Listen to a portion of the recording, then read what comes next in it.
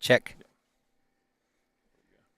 All right, that should have us back, and we do understand that we did not have audio in there. And you guys might just realize that that was the better of it. So those that shot us a text on there, shoot me one back and let me know if it is working, if you've heard us on there. What we had was that little scrum there that got the runner over to third base. So it was a walk, and, Chuck, I'll have to tell you, I was working on this, so did not see how the runner – He got a hit over here to second. Second, the throw was to first, and it was, that's right. Yeah, it was bobbled or whatnot. And so, yeah, run scores from third. And got that runner in, and it is 1-0, and there is a runner over at first base and one out. So little early season jitters for the boys, and we'll see if we're able to get that back up and going now and get those guys. Think that we're back with the audio. We appreciate all of those that reached out to us and commented there. And that drove Brett Bass. Brett Bass, the one that scored, getting a new baseball in and getting things settled out. Here we go. Back to live action. Canyon right on the hill. He is facing Caden Manuel. Caden Manuel is the battery mate of McLean that just reached first base there. Swung through, and that's going to run to that Warrior backstop. And that will get... Look, it's opening day. Things are allowed to happen like that on opening day. It's kind of like in golf, those first hole jitters, they call it. I had look, and not knowing all of the difficulties that we had just to get this one to you. It's been one of those type of days. Swung through that one and missed, and it's 0-2. And thank you, Jess. Let us know there that it was loud and clear. Now, the audio part of it I can vouch for. What actually comes out of my mouth during a baseball game, I make no guarantees for in this one. 0-2 the count. That's a beautiful curveball that's in there for strike three. So Kenyon has a strike swinging, and he's got a strikeout looking, and that's 2 on the day and on the season for the junior. Boy, that's hard to believe. He is. Seems like we've watched him grow up through here, and grow up he has. The big right-hander, Canyon Wright. And Doug, I'm gonna have to say something. You were talking about how, what comes out of your mouth. It sounds like you were giving me the opportunity to tell a joke now. I was not. That's not ever. Look, it doesn't matter if it's opening day or the state title game. You're banned from those jokes, Chuck, except for the Tioga broadcast, of which I have no control over. Let her rip, tater chip kind of thing, huh? That's here we go. I apologize in advance for anything that may happen here today. 2 down in the top of the first to run across for the Tigers. That one up high and not there. Beautiful, beautiful day for baseball. Wow, it was rough over the weekend, wasn't it? It was certainly glad that able to watch those from the comfort of my own home. But the wind, it was blustery, to say the least. That's a Winnie-the-Pooh statement. Canyon sits back, delivers this one. That is swung on over to Adelise. That gets past the shortstop. It's going to find its way out there for another base hit. So that's a couple of base hits now. That was Quentin Grundy, that gathers in that base hit. The first baseman, good piece of hitting there. Had a 2-ball, no-strike count, and that gets now runners at first and second for Caden Dart, the center fielder. Give an RBI now to that young man. Correction, no. We won't do that. Got to have somebody score there. Just gets the runner around. She got McLean over to second, and Grundy there, and Dart now comes in. I promise you, folks, before we're through with this weekend even, I'll have my wits about me. Here's a delivery. Misses outside. Boy, you go back to that earlier pitch that Canyon had that strikeout on to Manuel, and that was just that pretty curveball that we like to see from him, looking for big things out of Canyon Wright. Somewhere, Nick Magnano was glad that Canyon recorded an out finally. He had jinxed him pretty much most of the summer. Wow. since last fall. And Nick's watching his own broadcast and getting his own, so he won't know about this one until he goes back and watches the broadcast a little bit later. Settle in, folks. It's going to be a great season. Starting out here at Merrill Blackburn Field, Josh Brown Stadium, and looking for a return trip down to the state playoffs before we were done in May. Spun around, and there's the move, and nobody's going for it. Was not, and the coach, a little early season antics here out of the Warriors. Top of the first. I think that's the earliest in a season that we've ever seen the old Kobe. That's early season. You're right. Early season antics, we say. Canyon comes set on a 2-0 count, looking into Dart. He's going to need to throw a couple of darts to get back into this count. Delivers one right there, and that strike is right down the middle. 2-0 count and a pitcher that's been wild like Canyon has early on. You go in there and get him. You see these batters from Oberlin will be taking. Had a big lead last night before they got out and lose that one 8-7, did Oberlin. Swung through that one and missed, and evens the count at 2 balls and 2 strikes. First time we've evened the count all season long. Evened it up. Again, runners at first and second, 2 down in this one. Outfield shifting over, and you see Markle right in front of where we're at, and that's right down Main Street. Strike 3, back-to-back strikeouts. Looking, Canyon actually ends up striking out the side, but a couple of base hits and 1 run come across. We'll see if I can find these commercials of Chuck's. We'll do that right after our word from our title sponsor in Valex Federal Credit Union. Wherever you are, you're there for a reason. You shouldn't have to make a trip to the branch to deposit a check. Skip the trip and use our mobile app to easily and securely deposit checks right from your phone. Day or night, wherever you are, or whatever you're doing. Download our mobile app today. At Certified Transmission, you can count on our certified mechanics with over 35 years experience to get your vehicle fixed right and get you back on the road. Got transmission problems? Go where you know. Certified Transmission.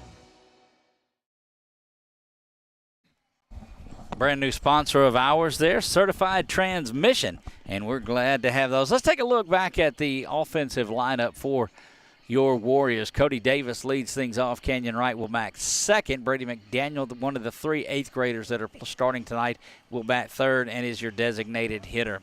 I don't know when you can look around in baseball and a team that's going to vie for a state title this year and starts an 8th grader at designated hitter, but we saw Brady do big things last year as well as a 7th grader. See, I can do the math. Zach Craig will bat cleanup tonight. Braden Wells will bat in the 5-hole. Maddox Adelise will bat 6th. Seth Cook, the one of 3 seniors, bats 7th. Jack Powell, the 3rd of the trio of seniors, bats 8th.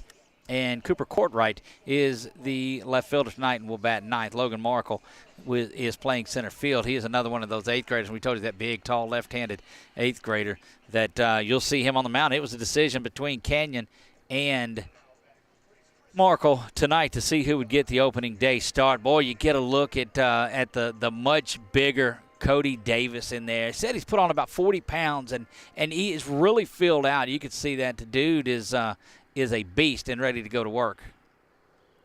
Here's a delivery in. That one misses up high, ball 1. I think I've got everything settled where I need to be, Chuck, and okay. We'll hope to see that. Bottom of the first we go. 1-0 Tigers lead this one. Here's a delivery, and Cody watches that one in there for strike 1. Good work in the strike zone so far by Braylon McClellan. Well, your seat has found the seat really well. Yes, see, we're settled in and ready to go. 1 ball, 1 strike delivery. Cody watches that one outside. 2 balls and a strike. Big weekend for Grace Christian baseball. They've got a Thursday night, a Friday night, and 2 Saturday night games, or Saturday day games, if you will.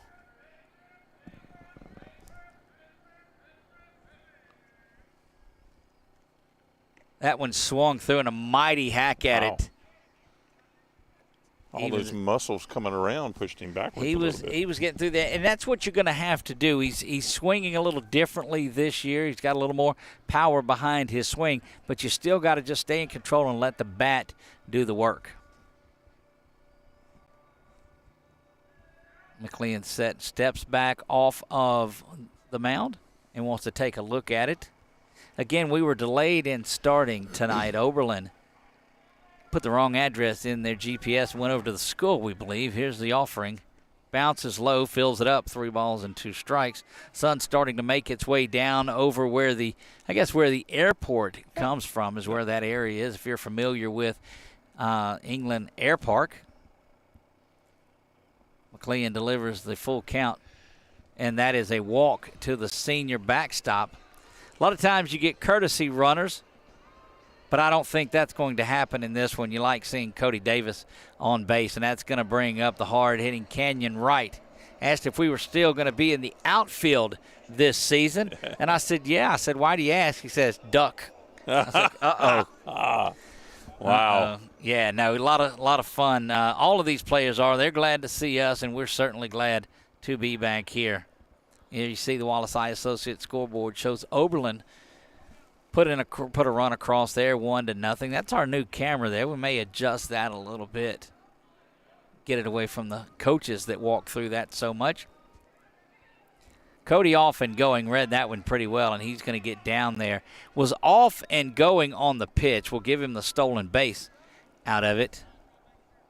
And that ball was low. Score it you can't really score it a wild pitch and give the stolen base on there, but I don't know. We can do really what we want to do, can't we, Chuck? Your book. Right? That's right. And I'm the only one that sees this one. So Davis out there at second. Canyon stands in. He's got that exaggerated open stance. He'll close it. Big high leg kick. Swung on and missed.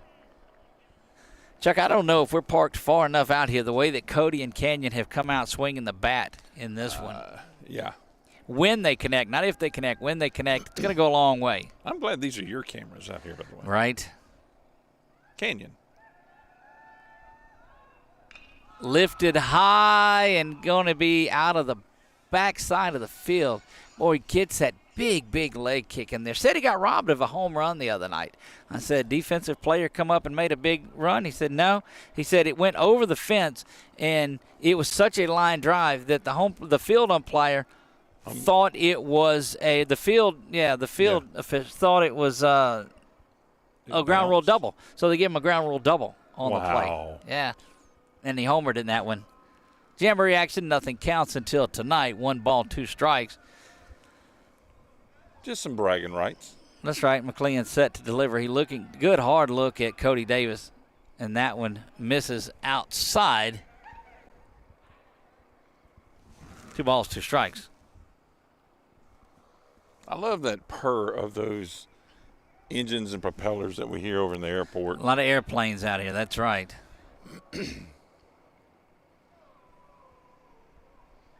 Someone in the stands doing the chop. I don't know who would be doing that. Neither of these warrant. That one misses up high, and a good job of the junior right-hander laying off of that one. No, it's 3 balls and 2 strikes. He missed that one up high. Okay, I thought he gave the strike signal. Home plate going out there. The official thought he did too, and apparently, Chuck, that's going to draw Coach Brown out. That was a very, very high strike. And Coach Brown's going to go over there and just have a little bit of a chat with the home plate umpire. And unfortunate thing is he's arguing where the call was now. But, Chuck, you were right on with that strikeout, and that is going to have Canyon Wright down on strikes. Looking, and that'll bring up one of the 8th graders, Brady McDaniel.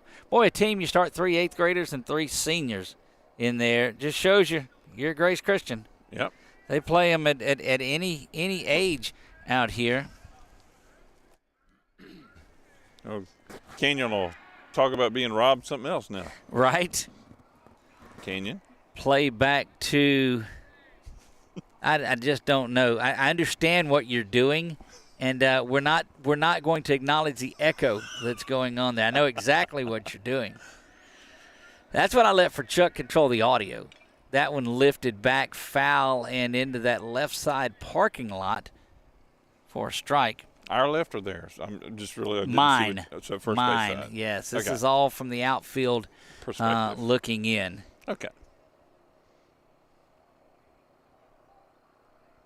I lost it. That's why I was asking which direction it went. Cody Davis on at second base out there. I get called about that. Say, what do you mean he's out at second? I said, well, he's out there at second. He's not out at second. He's out there at second. 1 ball, 1 strike. Again, you see all of our sponsors that are rotating up in the corner. Hey, here's something for you to do. Sunday afternoon at 5 o'clock, come join us out at Buffalo Wild Wings for the Warrior Roundup. We're going to talk about all 5 of these games. Gosh, dog, that's a lot of games this week. Yes. I don't know that we will be here Thursday night, but we will cover the Friday and the 2 games Saturday. Prior commitments got us before the big tournament on here. I'm going to get my son to come out and do this one. I don't know. That would be fun. There's the delivery. Misses low.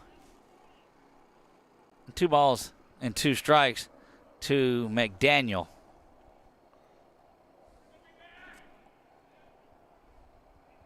Cody Davis, who led off with a walk and a stolen base, finds himself at second base with 1 out. Here's the delivery. That's lifted to short. So, and it's dropped there, and Cody Davis is hung up, but he's going to make his way down to third base. Score that an error on the shortstop, and it kind of just twisted out there to him. But that is an E6 officially in here, but gets Cody over to first. Brady to second, and Zach Craig now. And, well, that's one of those that you really bothers you. You just don't know what's going to come out of that. Could have been a double play because Cody was off and going. There you get a good look inside at the Warriors' second baseman, Zach Craig, another one of those 8th graders that are out here getting the start.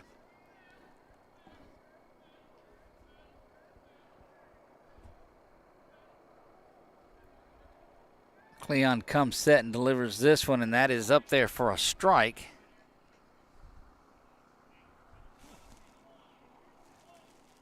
Warriors like to get it, as any team does, don't get me wrong, but they respond well when they give up a run. We talked to Coach Brown about this lineup, and he says they're just still growing into their own. They've got a lot of some plate appearances that they have to get. That one misses up high, and just goes to show, the old days of Warrior baseball would have already had that young man that's hitting in the 3-hole over to second base and don't have him off and going yet. 1 ball, 1 strike to Craig. Cleon peers in, comes set, runners at first and third for Grace. Swung through that one and missed. 1 ball, 2 strikes. And you are saying Klingon. Cleon. McCleon. M-C-C-L-E-O-N. I got to get if my you're hearing scoring checked. at home. M-A-C-L-E-O-N. McCleon. I'm probably butchering it, so I apologize to all of those listening in from the Oberlin area. I'm sure it's not near as bad as what I was trying to do with it. That one grounded back foul to the backstop. Chuck, that's the reason that we don't put a camera back there. That's true. That backstop and there is no give between the press box area and the backstop area. This is true. If I was a little younger and a little more spry, I'd go take that new camera we have and put it up in the press box pointing down. Well, maybe it'll be out there for them Sunday or one of those days. That one lifted out into the outfield. Center fielder giving chase. It's going to drop down in front of him. That's going to score 1 and get McDaniel to second base, and the Warriors benefiting off of a couple of errors, back-to-back errors. That is going to be, and that was a long run, but it was in his glove. We're going to give an error to the center fielder on that. McDaniel chase there, so no RBI scored on it, and that'll bring up Braden Wells. But I don't think they're concerned with was it an earned run or not. The Warriors will take that one, and you find runners at first and second. And that puts one apiece on the Wallace Eye Associates scoreboard in the bottom left corner of your screen. Braden Wells, freshman right fielder for the Warriors tonight, will stand in there. Looks like he is preparing to bunt, but we've seen him slash, and that's what he does. They'll put that bat out there looking like they're going to bunt and pull it back and drive it. Young man off that 2017 state championship used to do that with regularity and did it pretty well. Wow. Get a good look at McDaniel there at second base. Boy, they are playing off the defense, sneaking in behind Craig over there at second base as the first baseman is charging. But, Chuck, you see the difference in what Grace did in the bottom of the top of the first. They went and brought the third baseman in, and that's what allowed the runner to come in right behind him that would eventually score. Had the wrong bunt coverage called or executed, did Grace? Don't know what they called on there, as we don't have Coach Brown mic'd up yet, and probably for good reason in between games. We talked about that prior to this one. Especially after a little chat with the ref. That's correct. And there is trying for that back pick, and that's what we told you about. 13 comes running in from second base. Let me see. That's a young man that got DH'd for us. I'll have to look him up in just a minute. But they try to do kind of that. Well, they call that a back pick, where they try to come in behind the runner as the one from first base. The first baseman charges. I thought that's what he went up and talked to the pitcher about a little bit. That one in there for the strike and just finds its way down at the bottom portion of it, right around where the very bottom of that strike zone would resonate. Getting those lights on pretty soon as dark is starting to take over in this one. It doesn't take long for it to darken out here once that sun falls down just a little bit more below those trees. No, not at all. 2 balls, 2 strikes here in this one. We play in the bottom of the first. Settle in. This is going to be one of those that looks like it may keep us here deep into the night. 5 o'clock start on this one, so we might get home at an early hour. Ball misses down low, but I'm going to tell you, Chuck, and you've heard me talk about it for years, you can't beat fun at the old ball game. You are absolutely right. It's odd when I say it at football games or basketball, but this is where it originates from. The greatest game that there ever was, and that's baseball. Need some peanuts and Cracker Jacks, though. Or a cheeseburger and a Diet Dr. Pepper. That would be nice. That Anybody one listening? misses low, and that's going to load him up as Braden Wells, the freshman, draws the full count walk. And that will send Brady McDaniel over to third and Craig out to second for Maddox Adderley, the junior shortstop. Bases full of Warriors. We're tied at 1. Settling in, most folks getting off work a little bit ago and finding their way home for supper, and that's going to send, did I mention supper? Caden Manuel out to talk to Braylon and to talk to his pitcher. You get a good look at Zach Craig there at second base. And over at third is Brady McDaniel. So you got 2 8th graders and a freshman on the bases right now for the Warriors in front of the junior shortstop Maddox Adderley. Delivery is in there for strike one, and pound in the strike zone on that one was McLeon. You talking about having supper done. I took a bold step when I left my wife at work today and told her, I expect supper to be cooked when I get home. And she just laughed and said, you got jokes, don't you? I said, oh, yes, ma'am, I do. You're getting tuned up for baseball. That's what you were doing. That's it. I'm going one to work ball with Doug. And one straight. That's correct. Oh, maybe you just come out here and do that game Thursday night. And Thursday? I'll I've go got a game. Huh? I've got a game Thursday. Do you? Yeah, Oak Hill. Oh, see, that's why I need my schedule. That's why I'm here. Boy, how can I? Boy, look, Coach Casey West and that group would really, I'd be in a bind if we didn't have a crew out there at Oak Hill. They win that one and they go play for another state title. They go down to the semifinals in Hammond. I'll try to carry that for you. Maddox swings right through that one, evens it up, 2 balls and 2 strikes. It's when you're out here and that sun starts to make its way down, there's that path that goes right above the tree line that is just a mixture of day and night, and there's a good look at it.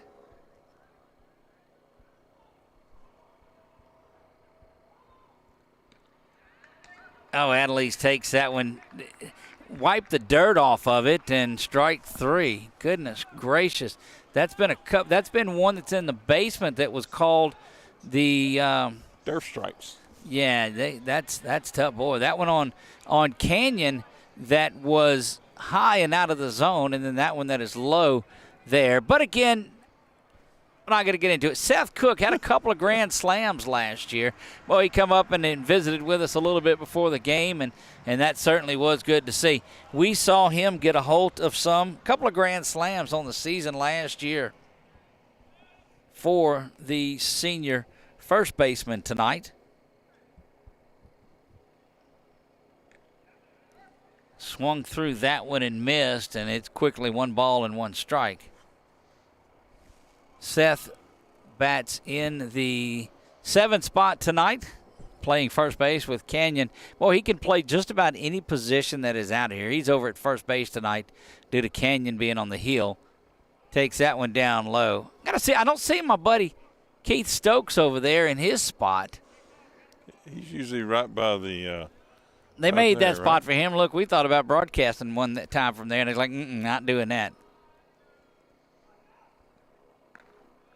Check swing from Cook, and it's 3 balls and a strike, and you'll take that if you're the Warriors.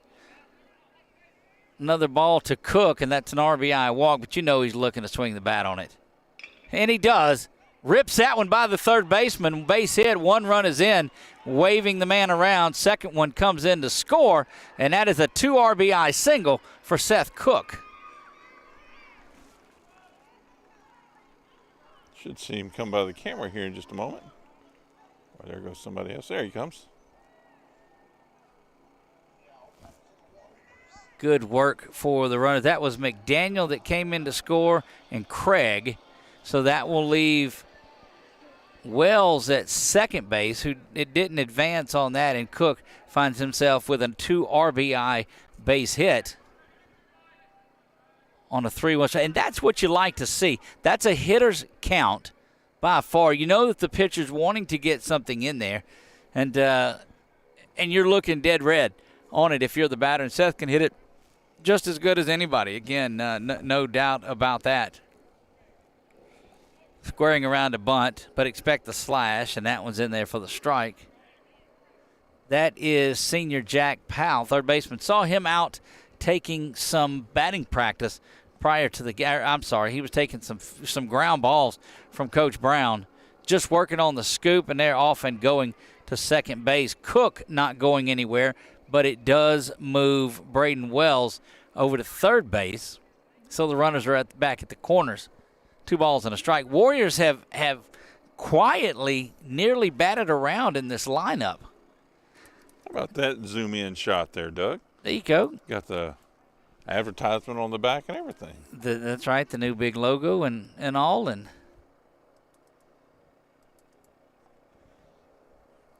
looking at it, and look quietly, this has come with, well, that second case. So Adelaide's had the strikeout was on there, so it's just been complete. But you've got 3 that have come across, 2 of them on that 2 RBI base hit down the line right by the third baseman. We'll see if Seth's off and running, and he is. Trying to get that one, and that's going to bounce it around. Boy, that's going to get the run to come in, and that's Warrior baseball at its finest. You see what a senior leader that is, but that is just beautiful work by Seth to stop.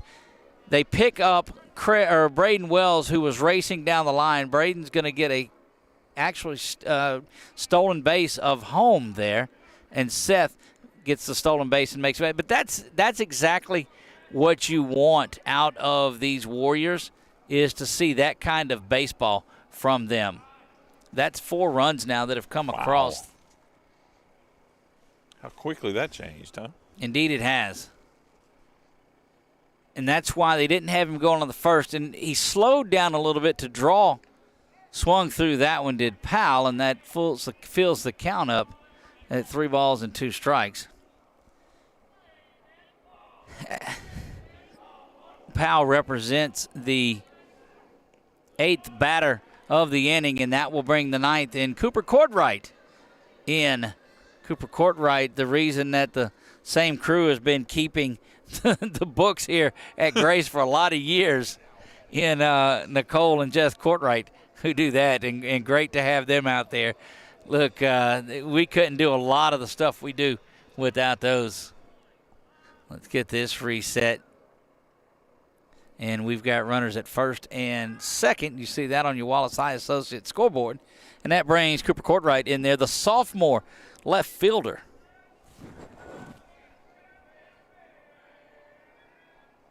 Again, he goes all the way back. Brother Cameron James was part of that 2017 state championship. Carson Courtwright was a member of that team last year, and was just very, very. Never met a camera he didn't like. I can tell you that. Just a great, great young man. That was our center fielder buddy, wasn't it? Indeed, it was. Came out a lot of times and he'd throw that hard up to it. And I told Nicole, I said, isn't that great how he comes out and does that to the camera, to his mom? She's like, that's not to Mom. That's not to Mom. I said, well, all right. Swung through that one, and down on strikes is Courtwright. Again, both pitchers strike out the side in this one, but the Warriors put up 4 in that one. They bat around. Due up for Oberlin is Thomas Wolf, and the top of the order in Bass when we come back. This month, as we gather with the ones we love, let's take a moment to give thanks for the blessings in our lives. When it comes to protecting what matters most, trust those who care about your family as much as you do. I'm Jason Hawk, your local Farm Bureau insurance agent. I'm here to help you protect what you hold dear. Whether auto, home, or life, have peace of mind knowing that your family is covered today, tomorrow, and for years to come. So talk to Hawk at 318-791-HAWK or online at talktohawk.com and let us help you protect what matters most.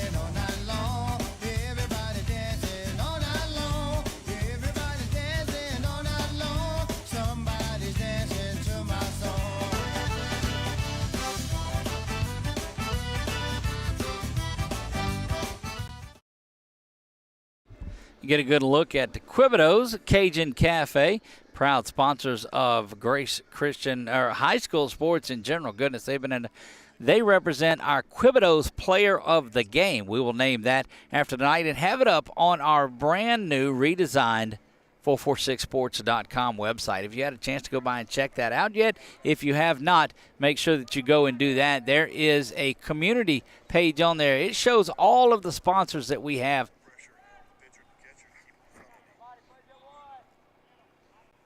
Getting a little backup in there. Sounds like the Menard game getting ready to get off and going. That one from Canyon is in there for a strike to the designated hitter, Hunter Mateau. Well, that sounded like a strike, but misses that one, ball 1.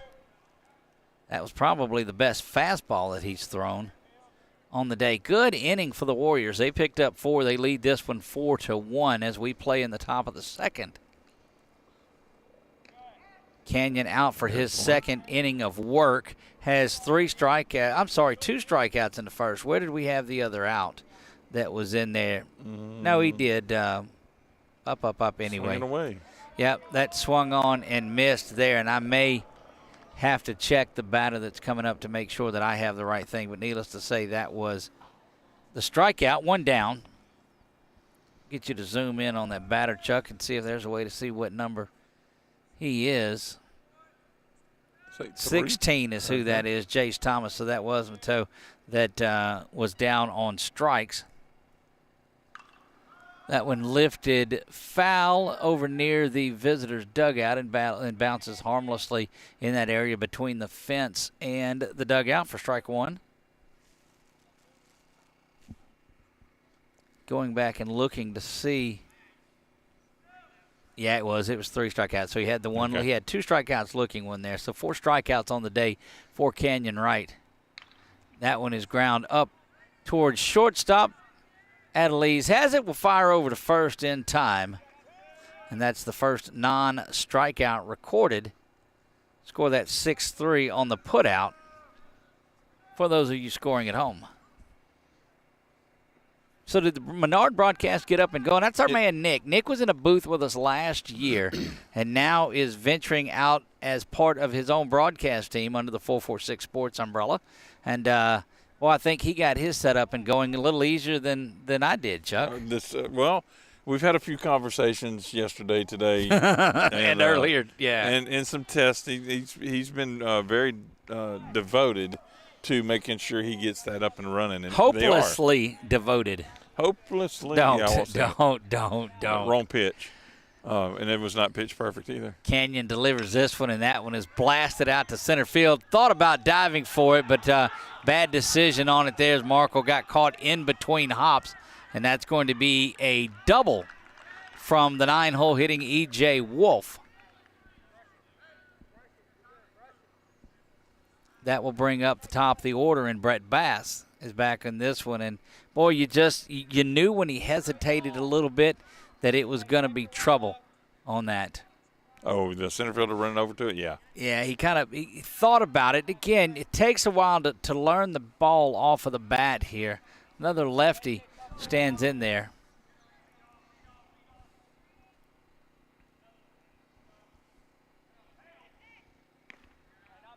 Missing outside with that one was Canyon. Base hit and scored a run back in the first. Only run for Oberlin here was by their leadoff hitting second baseman. A little bit of an inside move from Canyon, but does not follow through with the throw. The Eagles are playing the North Dakota Griffins over there at the Eagles Nest. Griffins, that's correct. 1-1 looks like in the bottom of the third. Well, they must have got an early start. I thought that was a 6 o'clock first pitch.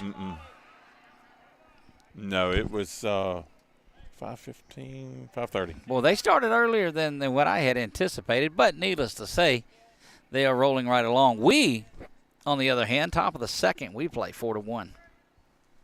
But anybody that knows Grace Christian baseball knows, settle in. Got to settle in. You're right.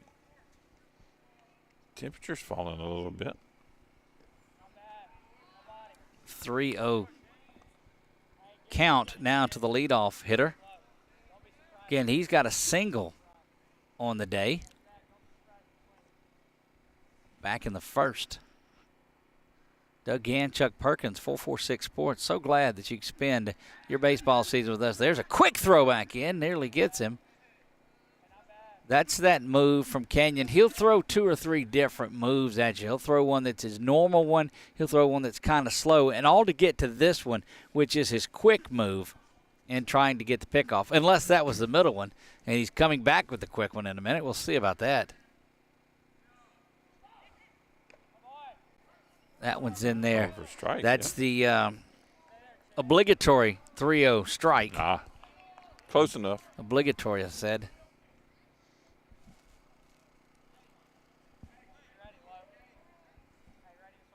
Mosquitoes in February starting to make their way. Those are like horse flies. That one misses. Speaking of flies, that one flies up out of the strike zone. And the second time that Brett Bass has reached base, and that'll bring up Jaden Bokemeyer, the shortstop. He was a strikeout victim back in the first, was the first out. And Canyon could definitely use one of those here. He's got a strikeout, a ground out, and then a base hit and a walk that's got him where he's at now.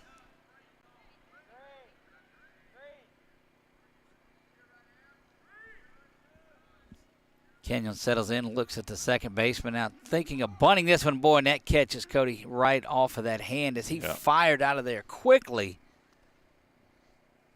And caught that one. You don't need that from the Warrior backstop at all. Canyon says, I think so for camera work that Canyon told him, come on, man, you're going to be just fine. You're all right. But in there, we know those two. He says, get back there, catch the ball. Come on. Canyon won't give anybody any slack on there, and Cody will give it back with the best of them. Good to see Davis shaking that off. We say all of that purely in jest. Definitely. He's a trooper back there. Leader from Canyon bounces around and pinballs off of that backstop there, and that'll advance both runners up 90 feet. So Canyon gets through the first two batters on, it looked like about 6 pitches, and now things have not really gotten away. But you got runners at second and third with 2 down. Slowed down a bit.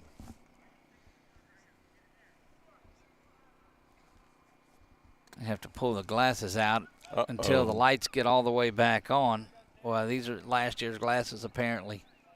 Speaking of, do you have our shades? They are in the car, as a matter of fact. That might have been the problem with Canyon's first at-bat. Aha. Looking to squeeze this one, and, boy, that's good work from Cody to pull that one in. Didn't get out as quick.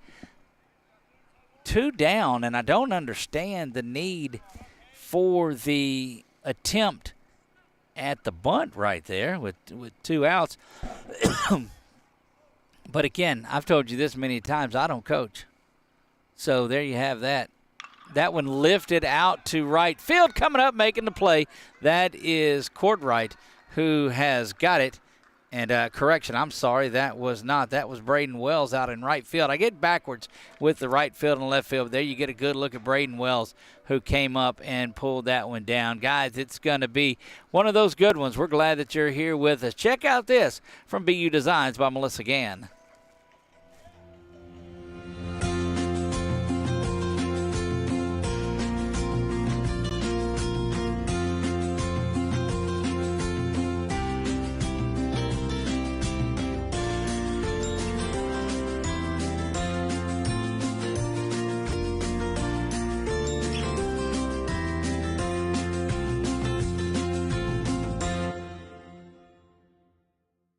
Hi, I'm Kimberly Harrell, Certified Residential Appraiser.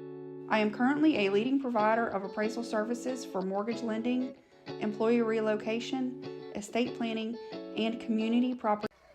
Cody stands in there ready to go. Base on balls, a stolen base, and the first run scored. So we'll see what Cody is able to do here. Lifts that one high and over the left field foul line. Boy, look, I had never seen Chuck move so fast.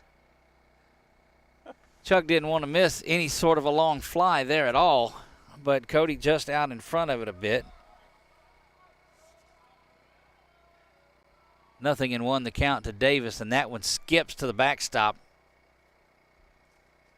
1 ball, 1 strike. We play in the bottom of the second here from Merrill Blackburn Field at Josh Brown Stadium.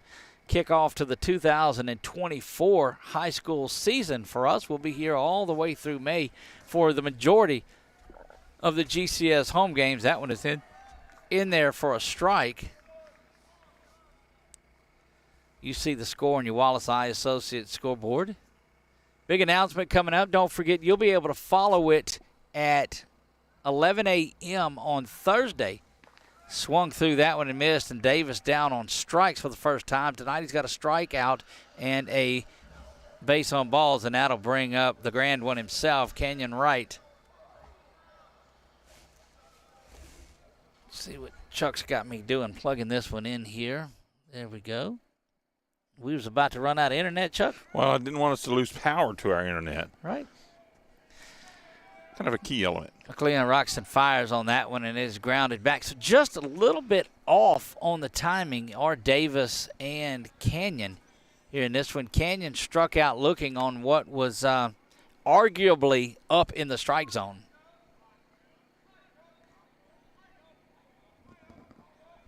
McLean rocks back and fires. Nobody on base.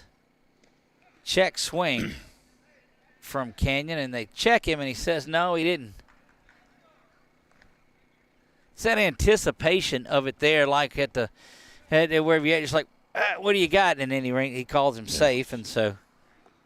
Points down first base and got to double check it. Braylon rocks and fires. Canyon check swings this one, and the second baseman's going to dive and have that one. And what a fantastic play over at second base. And that's the young man. I'm going to see if I can find who that is, because that was really too good of a play not to call out who that was. At 13 is Brett Bass. So I had him incorrect. That's the number that's up at the top is Brett Bass. Brett is the young man that's been on base a couple of times tonight. He's a leadoff hitter for that team. It just went up and made a dandy play on that one. Swing and a miss, strike one on that one.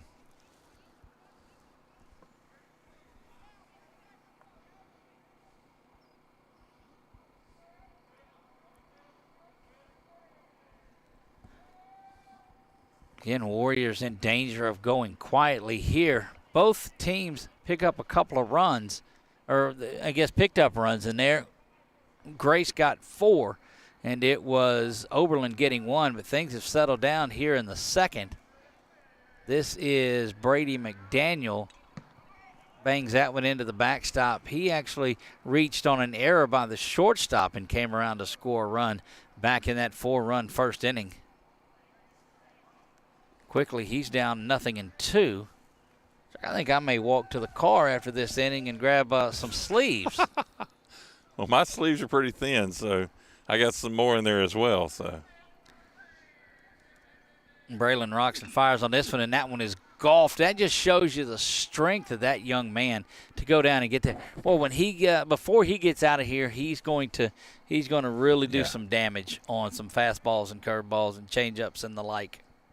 He is indeed looking for great things to come out. 8th grade? 8th grade. Wow. Brady McDaniel. I remember him from last year. Yep. And I was amazed that Brown was so high on a 7th grader, and at that point, and here he is batting in the 3-hole tonight for the Warriors. Because we would see him on the mound from time to time. Yep, he'd come in and throw a little bit too, and even got in the Gorilla Burger Challenge from the where we read. Brand new home for the Warrior Roundup. Did I tell you that? Join us, Buffalo Wild Wings, on Sunday evenings at 5 o'clock. They have a challenge. It's not as big as the Gorilla Burger one. This is the Blazing Wings Challenge. And let me tell you, I'm out. Come on, baby, that one. light my fires. I will eat all of the wings that are in the great folks that are there with Buffalo Wild Wings that are going to be the home for the Grace Baseball, the Warrior Roundup, the Eagles Nest Baseball Softball show will come on Sunday nights also. Here's a delivery to McDaniel, swung on and missed, and down on strikes goes McDaniel.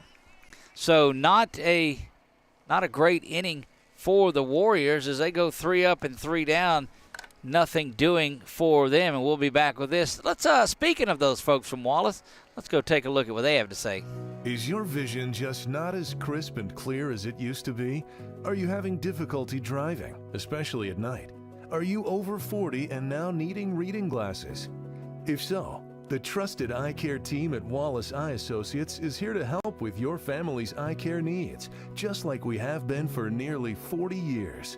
Call Wallace Eye Associates today at 318-448-4488 to schedule your next eye evaluation.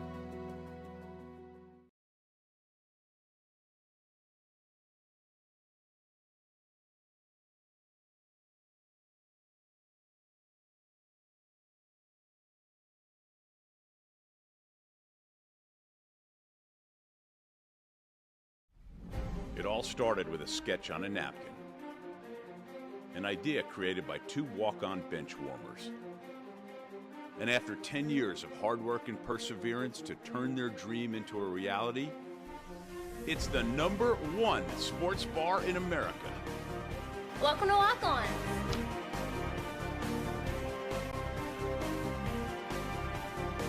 Walk-ons, because everyone needs a little playing time.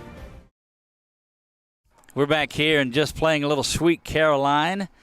And you know it's baseball season when you get a little Sweet Caroline out there. Bump, Yes. bump, bump. Bump, bump, bump. We move to the top of the third. 4-1 Warriors lead this one. Canyon Wright on the hill continues to impress. Both pitchers settle down in that second inning.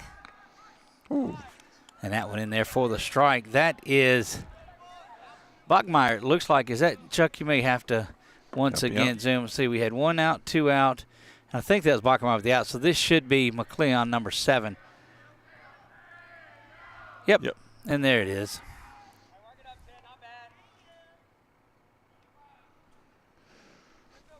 Nothing in 1 to the Tiger pitcher.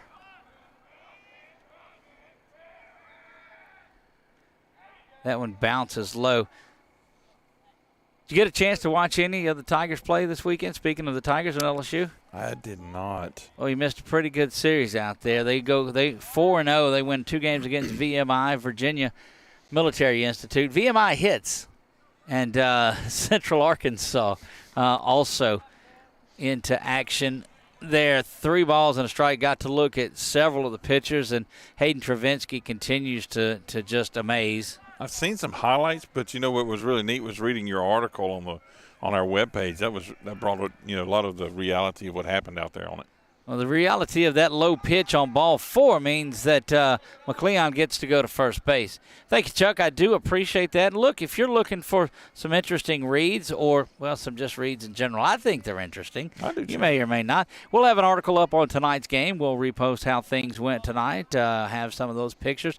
Great parents all around here, and we're able to get some good photos. And we'll have our Quibitos player of the game. We'll have our Southern Air Cool play of the game on there, and anything else. And there's you see our it's turned into our coach's cam is what that is apparently. Back cam. Yeah, that's the back cam. Mama's never more proud. But right. back. The back cam. We may have to relocate that one. And, you know, and jokingly, prior to the game when we were setting that up, they said, oh, it's going to get hit. So we moved that camera, and we got the smaller camera that's out there. Right. And maybe they just don't see it and don't realize it's there. It's new, too. So. And quite frankly, they can go wherever they want to go. I mean, it's there. Yeah. It's theirs. They're a little grassy area. I may have to refresh your scoreboard, Chuck. It doesn't look like it's keeping up with us there.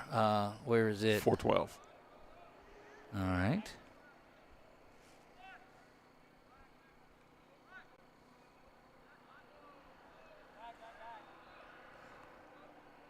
Looking for the refresh and don't find it. That one is lined to third base, bangs around.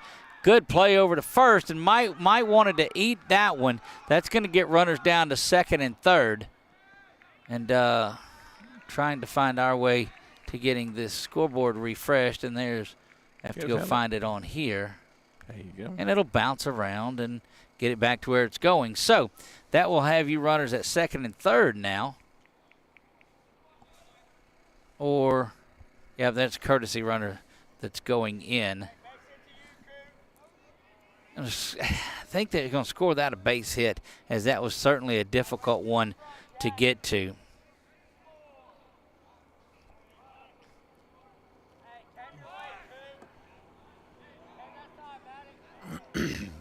Internet is a prime commodity out here. Oh, indeed. Are we struggling with it again, or are we? Well, mine, I'm just trying to watch us. Oh, yeah. Now, that's difficult. That's difficult. So that puts McLean over at third, and a courtesy runner for Manuel, the catcher, is over at second, and Quentin Grundy, who has the shot out to right and an RBI earlier in this one, went over to Courtright there in left field.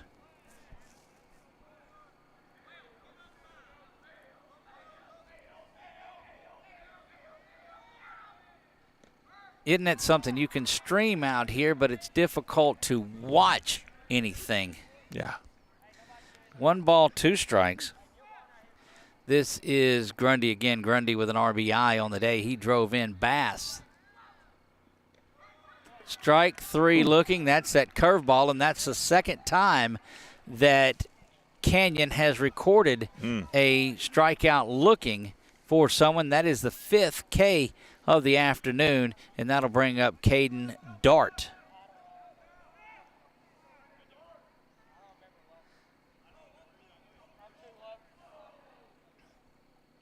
That one smashed over towards the dugout at right. Another strike. Had a good swing at it.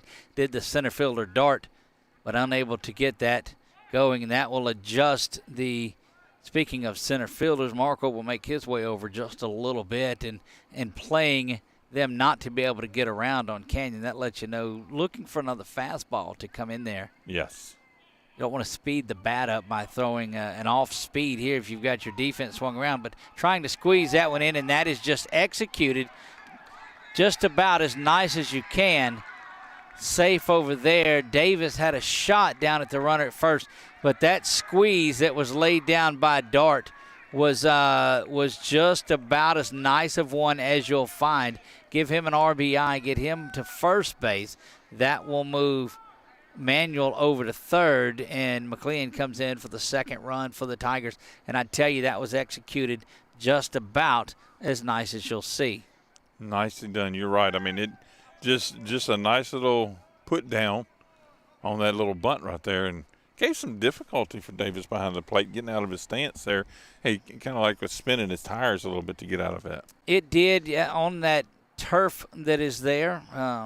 You get a good look at it. Well, there you go. That's that brown that's around there. It's not dirt. One out, and standing in now is Hunter Mato, the designated hitter. He was a strikeout victim back in the first. Switch out the old ball there.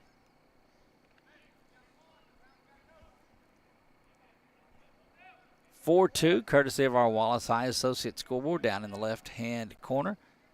Again, Doug and Chuck Perkins, 446 Sports, brought to you by Valex Federal Credit Union.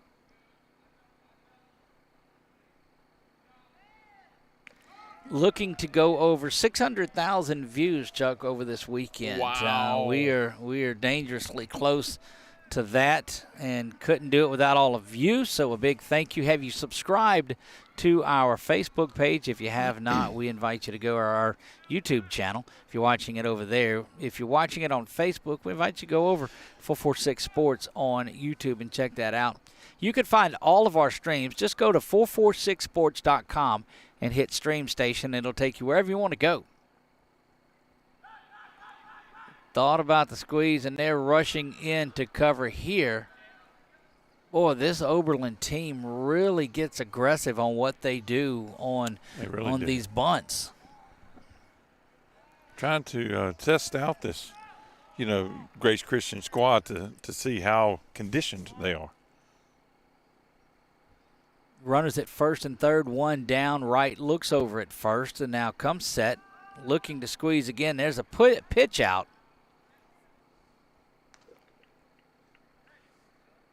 Reminds me a little of the Little League World Series or some West Coast baseball, those Cal State Fullertons and those type of teams that would come in and bunt on you. Mm-hmm.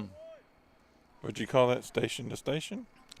I wouldn't. I would not Okay. in this. You just still nothing going on that one, but just enough to get the psyche of Canyon right off just a little bit. Trying to find that groove again. Speaking of that groove, we were out at Gina Choctaw Pines Casino this Saturday, and our friend Julie Wilkerson, who does some Tioga broadcasts with us, was out there, and they've got a tie-in to Canyon. Canyon has some family that's over there at the casino. Okay. So a big shout out to those folks there. Wow. Yep. Have enjoyed having her on the call with me on Tioga basketball, Lady Indian basketball, and their hopes of playoffs ended last night at St. Thomas More. Ended up being 44-33. That one, strike two. I thought you were going to go down to that game, Chuck. Considered it, but whenever I started seeing what I had to do to get ready for this week's broadcast, Look, I'm glad that you did. I pulled the plug on that one. Would have been in a bind tonight. Other than my laptop and my internet not working, everything else was just fine. We'll have to get that fixed tomorrow. We're able to find some power to bring out. Studio. Yes, that's correct. Singular countdown, lost connection, trying to reconnect. Huh.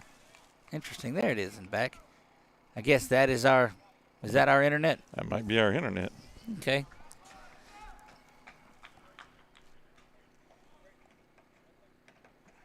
Nope, it's on. Full count. Canyon trying to wriggle out of this difficult situation in the third. Bounces that one down low, and it's going to load them up for Jace Thomas.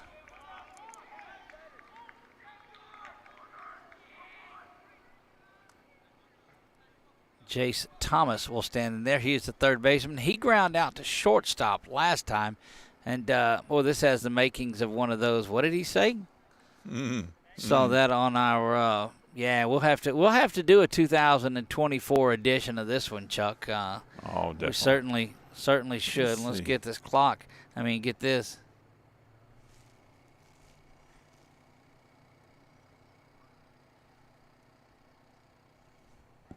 Got up there close and personal with them a little bit. Yeah, there you go. Look, that'll make for a good video. And that's not Brown. That's their pitching coach that's out there now.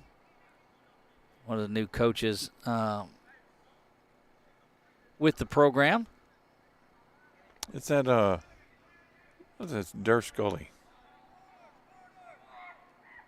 Came by the school. No. I'm thinking of somebody else. Well, at least you're thinking. So there's that. Ooh-wee. Jace Thomas, third baseman for Oberlin, ground out to shortstop. You take another one of those, and the Warriors could roll up a double play and get out of this one. Right down the pipe from Canyon, strike one. Base is full of Tigers. Oh, my. Canyon rock. Same spot, same result. 0-2 quickly from Canyon. Chuck playing all the hits from the 70s, 80s, and 90s there. Curveball sat back on and twisted foul. Curveball has been his strikeout pitch. He's got a couple of batters looking on that one. Grundy struck out looking on it, and Manuel did the same on that curveball. I'd like to see another one of those just drop down in there. 0-2, one down. And that's just a fastball that you hear Braden Wells saying that it looked pretty good. And from where I sit, which is a long way out, some 300 feet from home plate, and yes, don't have my glasses on right now. You need to go get me another pair of those. There's that nasty curveball, and that's the third one that Canyon has struck someone out on looking. Second strikeout looking of this inning, and the sixth of the ballgame.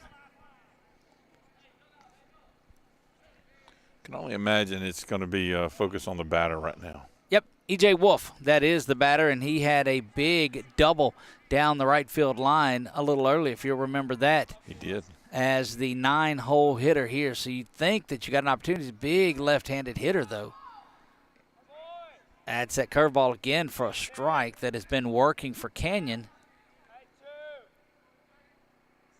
But you put E.J. Wolf down there, the right fielder, big hitting right fielder, and you almost have a double leadoff type of situation. Fastball ground up to second base. Got to get quick, get it out of your hands, and does, and that will do it to retire the side, but not before the Tigers of Oberlin pick up another run. That was a good play out at second base by Zach Craig to finish that one off. One run comes across after 2.5. It is Grace Christian 4. Oberlin has 2. We'll see what the Warriors are able to do when we come back after this word from our friends at Doug Young Nursery.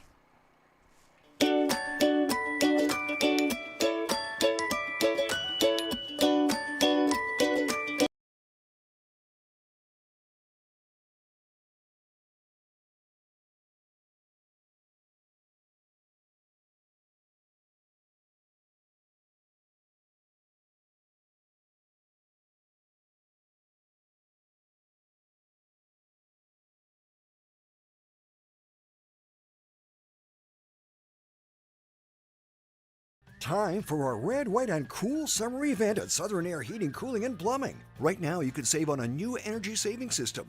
No money down, 0% interest, and no payments till June 2024. Call Southern Air Heating, Cooling, and Plumbing or visit us online.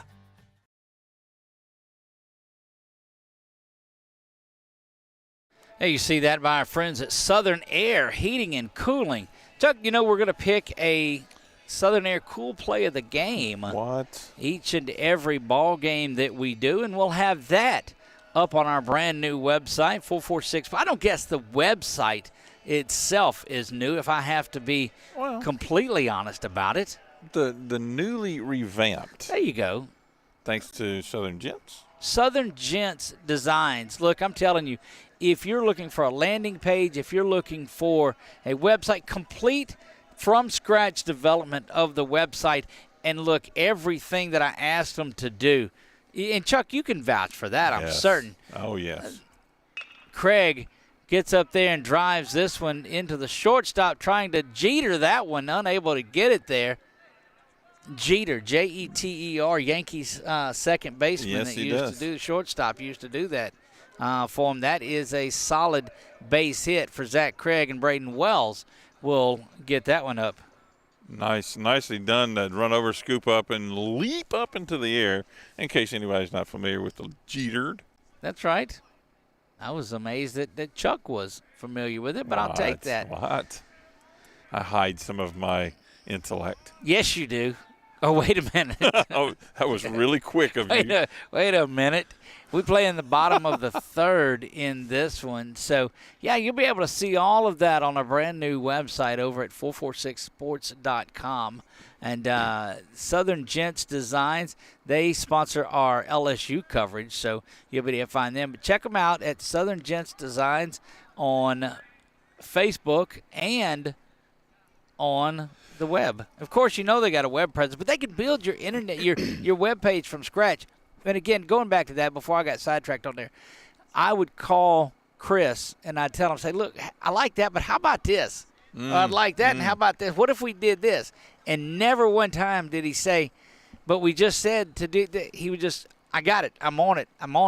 And just hammered it out, and it looks fantastic. Go check it out at 446sports.com. You need to share with me Chris's number. I'm going to give him a call, tell him, I understand what it is to deal with Doug.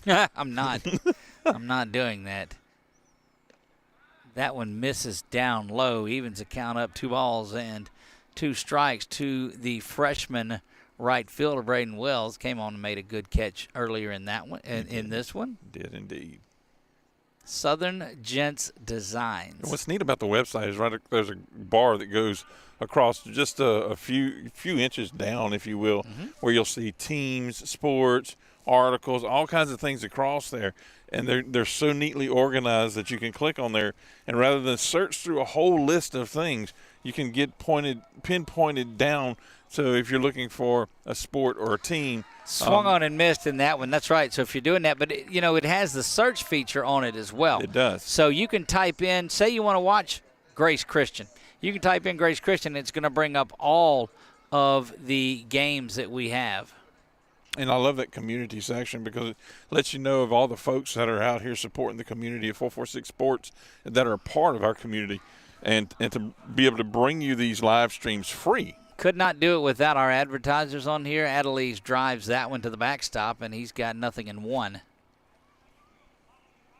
And if you'd like to advertise with us, by all means, you can send Doug at 446sports.com an email, and he can get with you and show you different ways that you can get your message out there on such a great platform, 446 Sports. All about that community. And strike 2 right down Main Street there. Again, we're going to be covering that LCU press conference. It's coming up Thursday. They will announce their brand new coach. Wow. We know who it is, and a great friend of the program, as a matter of fact. Wow. 0-2 delivery. Swung through that one. And I'm telling you, Braylon McLeon is really having himself an afternoon. His back-to-back strikeouts. And that's 6 strikeouts on the afternoon, and that'll bring up Seth Cook. Seth Cook, the difference in this one, he had 2 RBI on his last at-bat. He's going to have to put it over the fence to get 2 RBI, but we've seen Seth do that in bunches. We have. This time it misses down low for ball 1 to the senior first baseman in here. You'll see him pitch a lot. You'll see him play second base, third base, shortstop, anywhere. Come out here and run the camera for us if you need. You would. First chance to look up and see the folks in the right field or the left field corner over there. Last time we were here, they were all the way out in the outfield, Chuck. You might have to swing a ways to get out there. But let's get back to. We'll catch that on the next one after this ball. How about that? That's a profit indeed. He is 2 balls, no strikes. That's the group, and what I'm talking about, we got spoiled. The last time we were out here, those guys had crawfish they boiled and steaks they cooked and all of those things. And man, 3 balls, no strikes to Cook. And that's going to put him on base. That was his 4th one. Was it? There you go. See, I got caught up in the steaks and all of those things. And look, we come out here and we were about 10 minutes late because we were eating and had new potatoes and salad and all of those things. So the guys over there in that corner did a tremendous job of taking care of it. But they built this podium. They built themselves one over there, and so that's neat out here. Kind of cross back field, if you will, the secant platforms. That's you know right. What I mean. That's right. I feel you. I wonder if they'll do crawfish right now. I have to have a fundraiser just to use that as a fundraiser. Yeah. Wow, crawfish prices through. I saw somebody advertising. You got to love the honesty in advertising. Said that their prices, and it's $30-something for 3 pounds of it, and $99 for 10 pounds and whatever, and said they know that their prices are higher than Willie Nelson and Snoop Dogg, but come on and get them. Hello.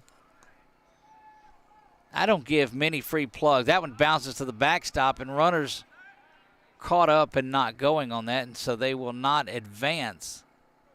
Seth looked like he was taking off to go, but decided otherwise after that bounce off that short backstop. Yeah, that was Craig in front of him that wasn't going anywhere. 1 ball and 1 strike.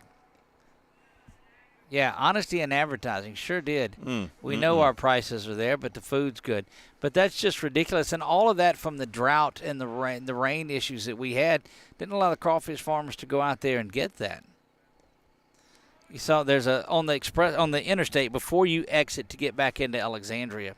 There's a sign on the side of the road that says crawfish, crawfish, crawfish. This year it said hay for sale. Kid you not. Oh, wow. Wow. And that is ball 4, and that will get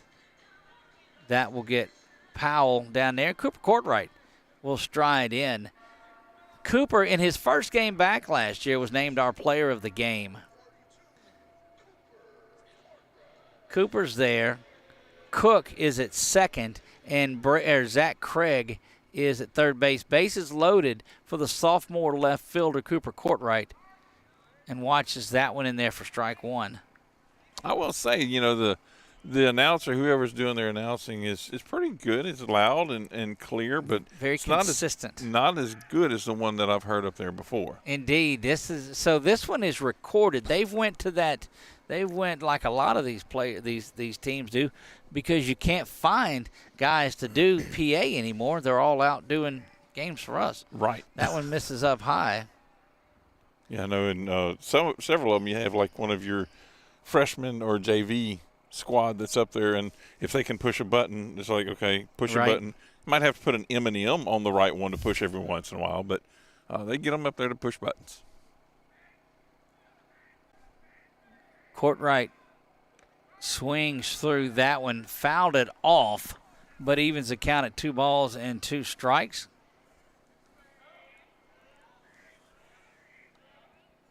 Rolling through this one at a snail's pace as we are just in the bottom of the 3rd, and that is down on strikes. That will do it for the Warriors in the bottom half of the 3rd. We move to the top of the 4th. It is Grace Christian 4, Oberlin 2. We'll be back. You're watching Grace Christian Baseball on 446 Sports. This from Kimberly Harrell. Hi, I'm Kimberly Harrell, Certified Residential Appraiser. I am currently a leading provider of appraisal services for mortgage lending, employee relocation, estate planning, and community property settlements. My experience in real estate over the past 13 years and currently serving as president of the Greater Central Louisiana Realtors Association has given me a clear understanding of the real estate world and the ever-changing market we live in today. For any of your valuation needs, give me, Kimberly Harrell, a call.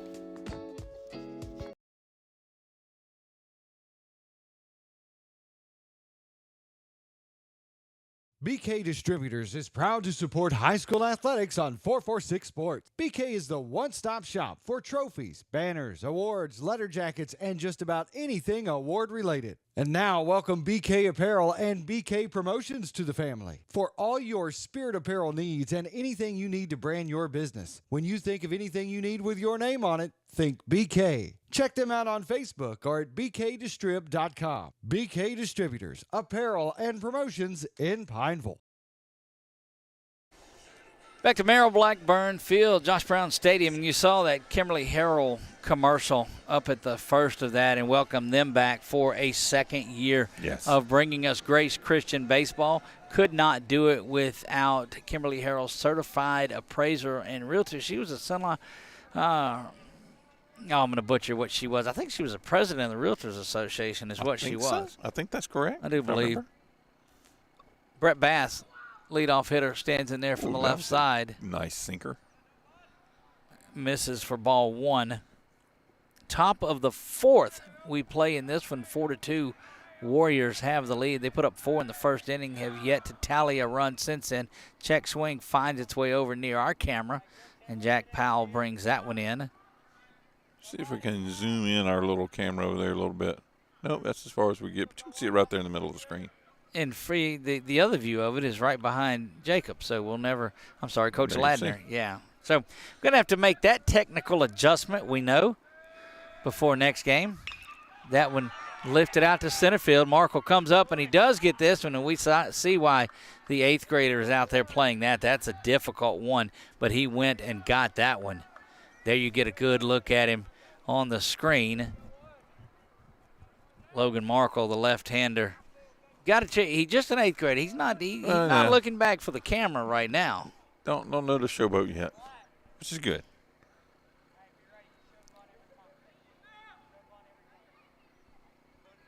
Good work, and that'll bring up Jaden Bachmeyer that squibs this one just foul, and they'll let it go, and that is strike one.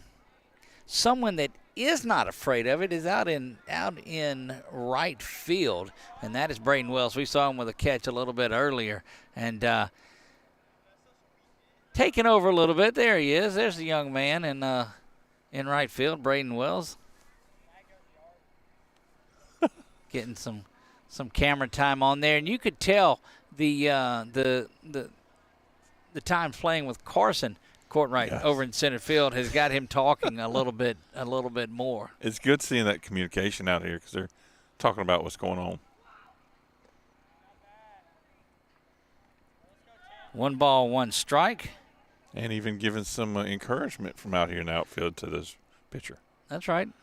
Always talking. Look, that'll drive a coach crazy if it's quiet out here.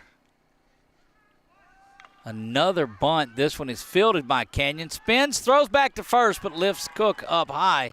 And Cook was able to hang on to it, but was not able to climb the ladder and get back up and down it. And we'll give that an infield single to the Tigers shortstop, and has him on at first.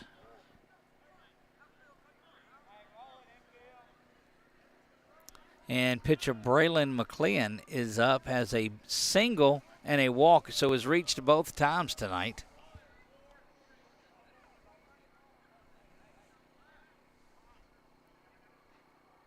The Tiger pitcher scored a run back in the 3rd. Quick throw back there. That made it 4-2. So he's been on each time that he has hit tonight. See if Canyon's able to eradicate that situation. He is lifted to right, and Courtright comes up and gloves that one for the out, and that was a shoestring. Wow, what a catch over there by Courtright out in left field. That'll make a long line of tradition of Courtrights and James and folks wearing that number 42. Solid outfielders over there, and a little tip of the cap, and that is out number 2. But what a great play, and that is going to be a candidate indeed for our Southern Air Cool Play of the game. Caden Manuel, the catcher, stands in there ready to go. Struck out looking back in the first and made it as far as third base there in the 3rd inning. We play top 4 here. Bounces, and Cody does a good job of keeping that one out in front of him, almost daring it would be base stealer to take off and get gunned. It's impressive that he's tracking the ball with his eyes, but also glancing up, see if the runner's moving, so he knows how quickly he needs to get to the ball. So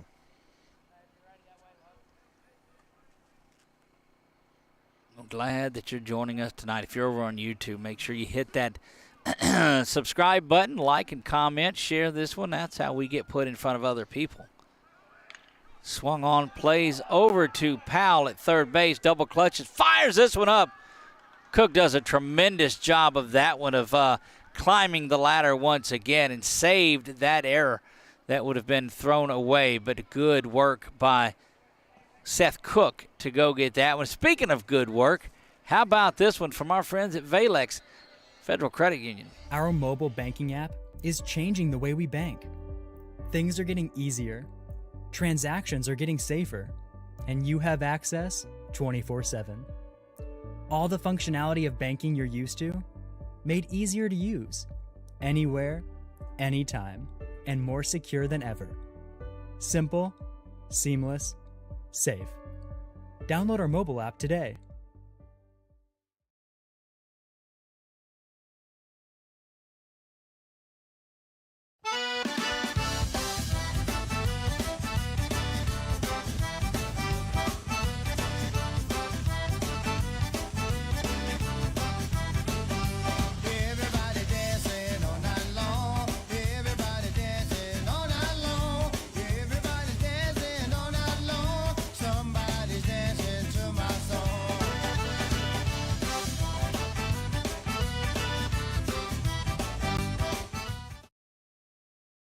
See the fine folks there of Quibido. We got a live look in at the Menard game as we're a live listen in to the Menard game. That's Nick and Danny that are calling that one.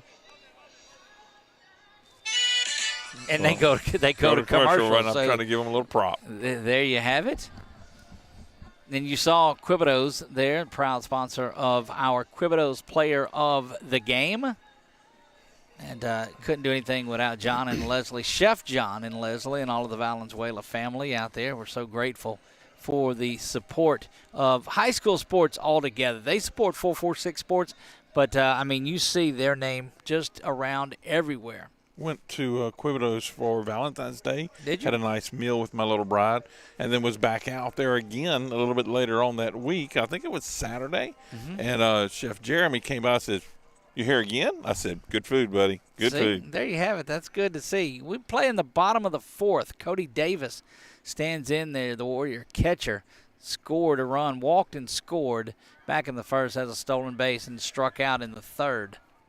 Smashed but foul down that third base line between the third base bag and the dugout, adorned with the Grace Christian sign around the front of it. There you see it. Warrior baseball adorns the top of the press box here. That wall a little bit higher than it was, and no jokes because it was difficult for me to see above the wall. But it is, it is what it is. It is what it is. That one misses inside. And the visitor one, this is probably where it used to be, where that wall was, but I like how they've got the Grace baseball on both dugouts. That's correct. Built that bigger one along the home side because a couple of players got hit with balls last year, so they've lifted that up just a little. And misses low to Cody, 2 balls and a strike. See who we have over there outside the fence. Not a big crowd out there for the Warriors tonight. Just getting things going. Strike called outer half. 2 balls, 2 strikes to the Warrior backstop. Cody Davis, the senior, expecting a big year from that young man.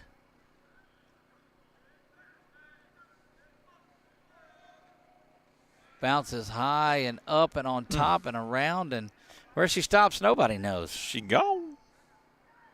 Full count to Cody. Oberlin brought out a little small crowd out here. Nice to see them out here at Merrill Blackburn Field. That's right. Well, as the season moves along, you'll expect a lot of folks out here on Saturday.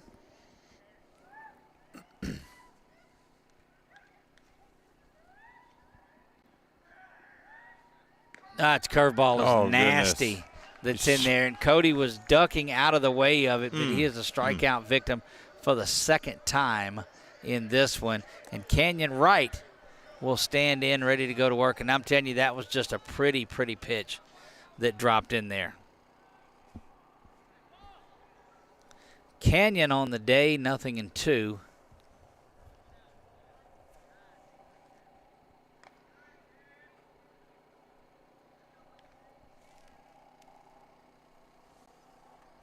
That one misses for ball 1. Yep.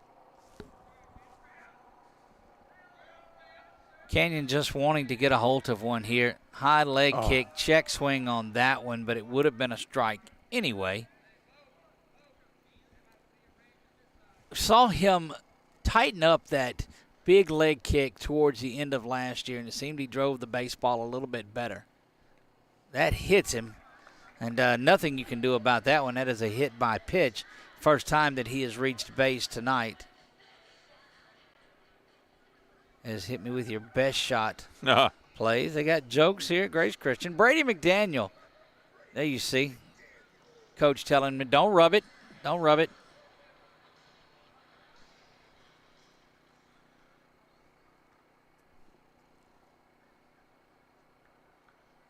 Getting that sleeve on that left arm in case he gets tagged as well. They spend a lot of money on those guards and things these days, kind of like, what are those transformers? No, they have that all that gear. Look, first base coach Jacob Ladner was one of those that had all of the gear on with him when he would be in the batter's box as well.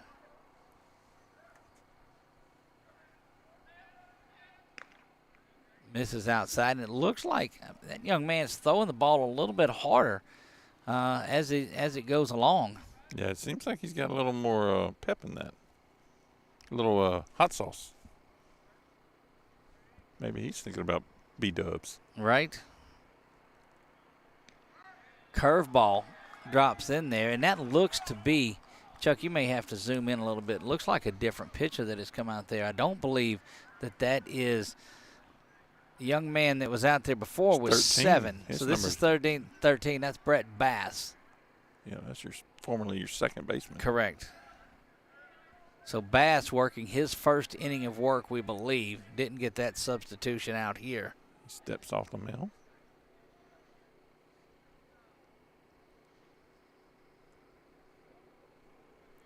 Quiet night. Things settling down here at Grace. The hum of the airplanes are gone. We haven't had that for a while. And that one is hammered to third, which just outside, gets past the third baseman, but still going to be just a 1-ball, 2-strike count.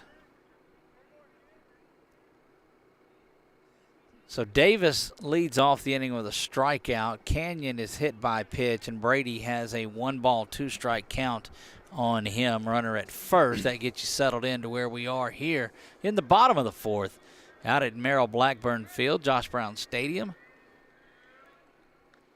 Ducks under. Get that bat down, too. That's correct. Ducks under that fastball that's there for ball 2.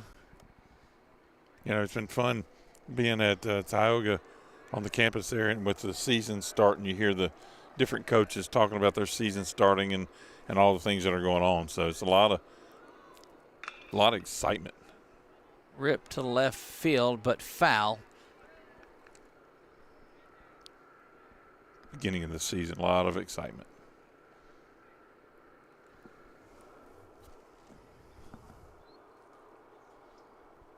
good job of McDaniel working Bass deep in the count.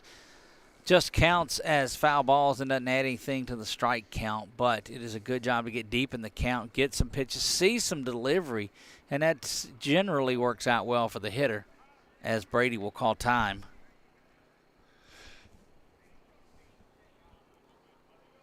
Again, coming up the 29th over at Menard, they are going to honor the late Terry Matthews over there in that tournament at Menard. So you'll want to go check that out if you get an opportunity. I think I might. Brady fouls that one off. Big weekend of athletics here at Grace Christian. We will be out here Friday and on 2 games Saturday. The Thursday night game I don't believe that we will have, as prior commitments have us spread around to some different places, and we don't get the tournament dates until late. Yes. Yeah, that's and it's nice that a lot of folks are starting to consider what we're doing. That one considered foul. Bobbled around, still trying to get to it there. Got a glove on it about 4 times there, but just didn't ever hold on to it.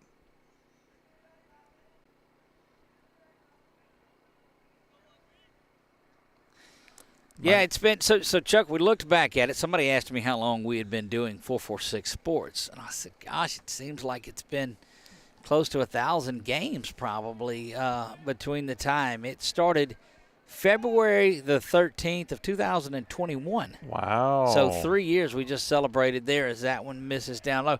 I've been broadcasting for a while, I think 8 years with Ash doing football and 30 years total. 27 years total. Yes. In all of it, but third anniversary of 446 Sports. That's so awesome. Glad to spend that with you guys out here. Definitely. Full count. And very, very good quality at bat for that young man. Fouled off several pitches until he could get where he wanted in the count and finds his way.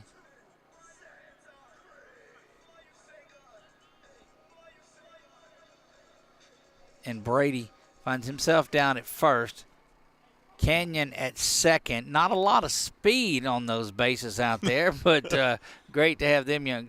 Zach Craig, second baseman. He had a single and reached on an error by the center fielder back in the first. His single came in the, where did he go? Come in the third inning. Yeah. It was a leadoff single for Zach Craig. Smashes another one, and they're going to send Canyon. No, they're holding him. And Chuck, now that, my friend, is station to station. And normally you're going to get an RBI out of that. We'll go with that they were wanting to play it conservative up there, but really the speed out of there was difficult. They're used to hitting it out of the park and getting their way around it. But that'll bring up freshman Braden Wells. Has a walk and scored a run back to the first and struck out. Just needs to put the ball somewhere in play. Perhaps looked like that got him a little bit and didn't. It backed in. It was just the glove that we heard it hit. Do you call it the TBC? I'm not. I don't know what you said, but I'm not offering up for it. I'm check swing. I started to, but I'm not offering for it. That one lifted out, back foul. All right, Chuck, go ahead. What is TBC? I was going to call it the Triple Burger Challenge, but I had another TBC in mind, and sadly my age has caused it to slip my brain. I had something else. It was actually more relevant than Triple Burger Challenge, but that's the only one that stuck with me now. And we did not make our way to the concession stand prior to this, so the Triple Burger Challenge would have been something that was is warranted right now. Yeah, hot cocoa would be nice right now. Yes, look, and it's as hot as it's going to be later on in the year. We'll be begging for it. Braden Wells, 1 ball, 1 strike. Warriors have not plated a run since back in the first when they did it 4 times. Looking for something here. That one is ground again. Well, I'm very impressed with 8th grader Zach Craig, and that's why he is in that cleanup spot. Reached on an error, but it was a good shot to center field that dropped, and then a couple of base hits for that young man. He's 2 for 3 on the night. Count that error.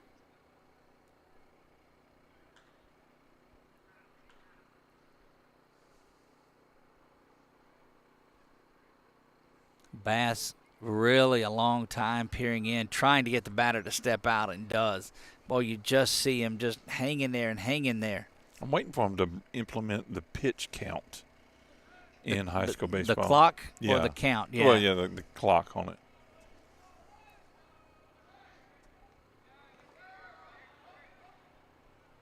They call that a strike. Say that Wells went around on it.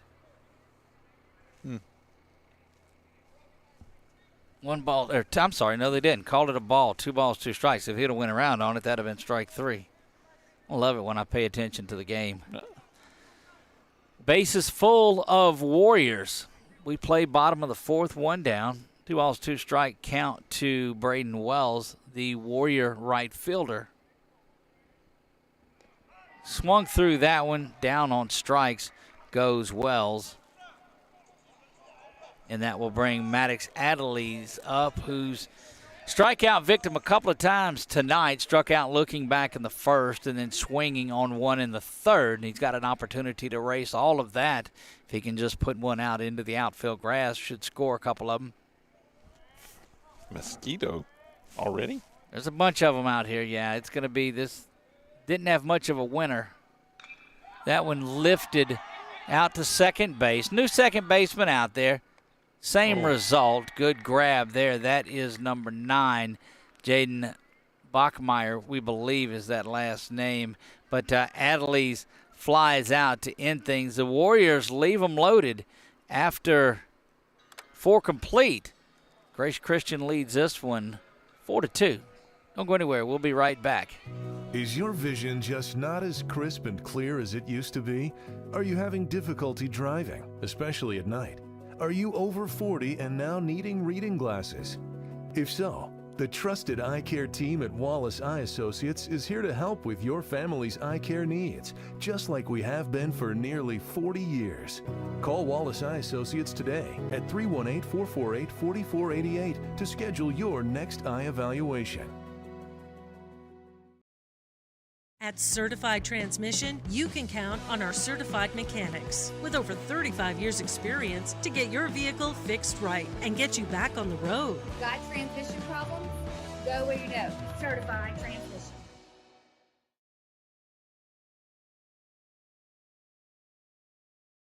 Back to action here, and there's Braden Wells right in front of us, making his way back over to center field.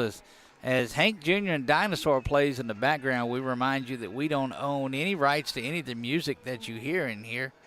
Don't put us in Facebook jail for this one. That's why we invite you to go over there and check it out at YouTube. And there's that group of outfielders for the Warriors.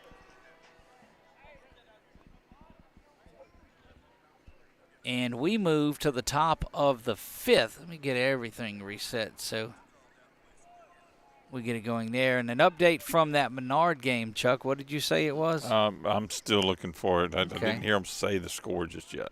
I'll remind them of that. I wonder if I can see out of my glasses yet. No, of course not. Time to visit Wallace Eye Associates for a new prescription. Now, in defense of them, and I defend them vehemently, of course I do.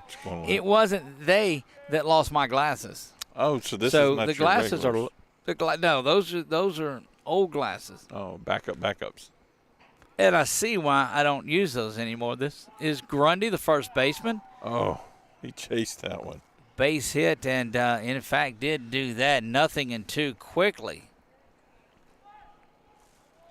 Canyon working into the 5th inning tonight. Has had himself a pretty good go of it. 6 strikeouts on the night for Canyon Wright. Let's see the official, the plate, the umpire going out there and discussing a little bit with Oberlin's head coach.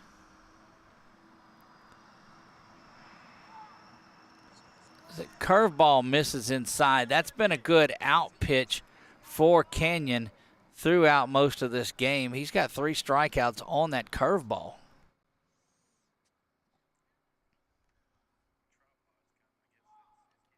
That one smoked foul out onto the road that leads you out near the airplanes as you come in by the little circle that's in here. And quickly that gets Logan Markle to move off to his left. The big left-hander playing center field. Had a good catch earlier tonight. Swung through that one and missed. Dropped third strike. Nope, said that he caught it. Took off running, but no need to. And that's strikeout number 7 for Canyon Wright. Second of the night on Grundy. And Dart will stand in there. Dart had a pretty good bunt earlier that scored that second run in the RBI.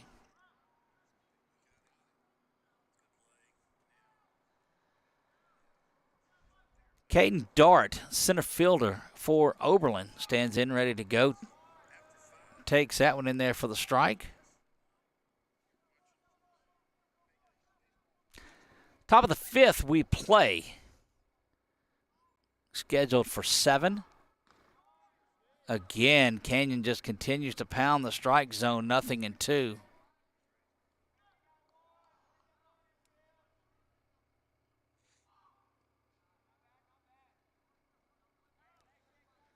Canyon, the big right-handed first baseman normally, started the semifinal game for the Warriors. Bounces that one up there, and it rolls around the backstop. 2 balls and 2 strikes.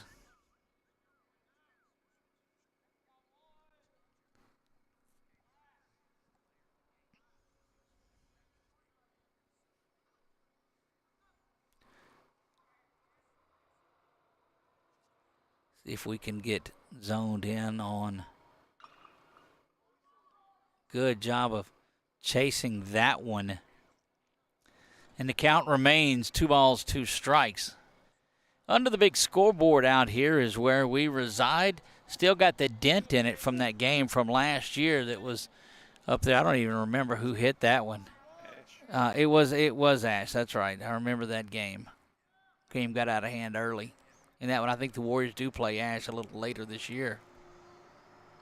There's that nasty from Canyon. Strikeout looking of Dart, and that's just a tough pitch to take. It looks like it's coming right at you, and it drops down in there for the strike. What's about if Canyon continues pitching like this, you got to give him an opportunity to look at that player of the game. But Zach Craig, a couple of good base hits. Hunter Mateau, the designated hitter, and I've butchered that. I'm certain that's not how you pronounce his last name, but I've done it. So any of those that are watching and leaving comments, I can't see the comments, but I wouldn't blame you if I'm butchering it. But they did get, in my defense, they got here late. And Muteau is what we have. So I have nothing left to go off of it. A couple of strikeouts for Canyon in this inning, who seems to be getting stronger as he goes. Here's the delivery. Misses that one up high, and all that does is set up that big curveball. Give me the old Uncle Charlie out of this one. They call that the curveball. For those of you that are new to baseball, thank you for watching. There it is, and he fought that one off. So a good job by Hunter to stand back and fight that one off. Keeps the count at 1 ball and 2 strikes.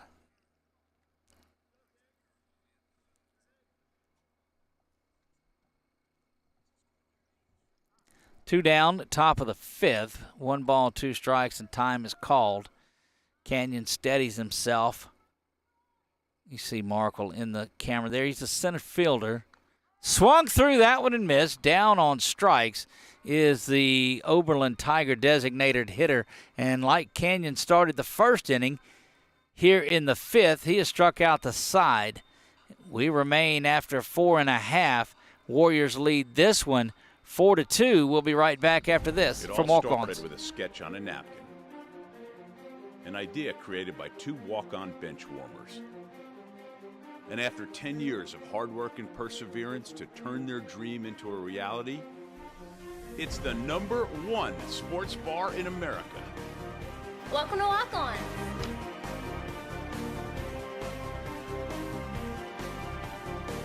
Walk-Ons, because everyone needs a little playing time.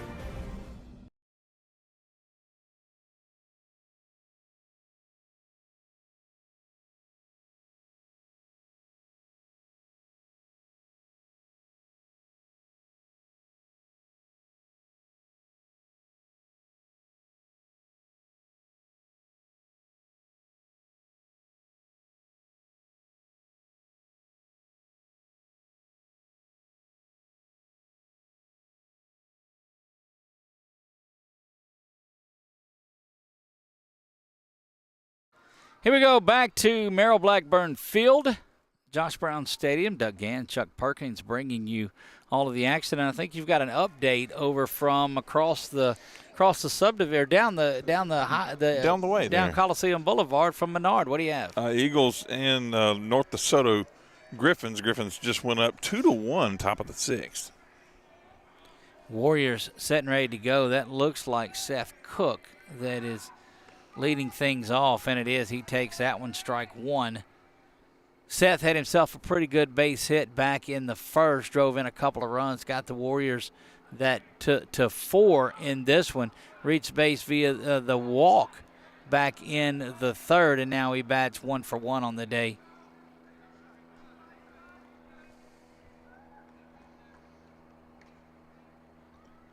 One ball, one strike to the Warrior first baseman tonight. Again, expect him to hit the hill pretty soon this weekend. Swung through that one, did Cook, and 1 ball and 2 strikes. Almost like he was calculating the swing. Didn't look like fully natural. Here comes the 1-2. Cook watches that down low and evens it up there at 2 balls and 2 strikes.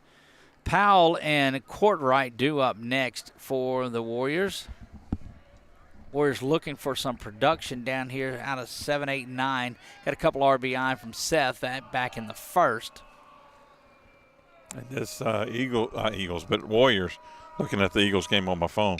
Oh, that's lifted way back. It is gone to center field. How about that one? Seth Cook. Oh, baby, what a bomb. My goodness. You see Seth get into your camera there.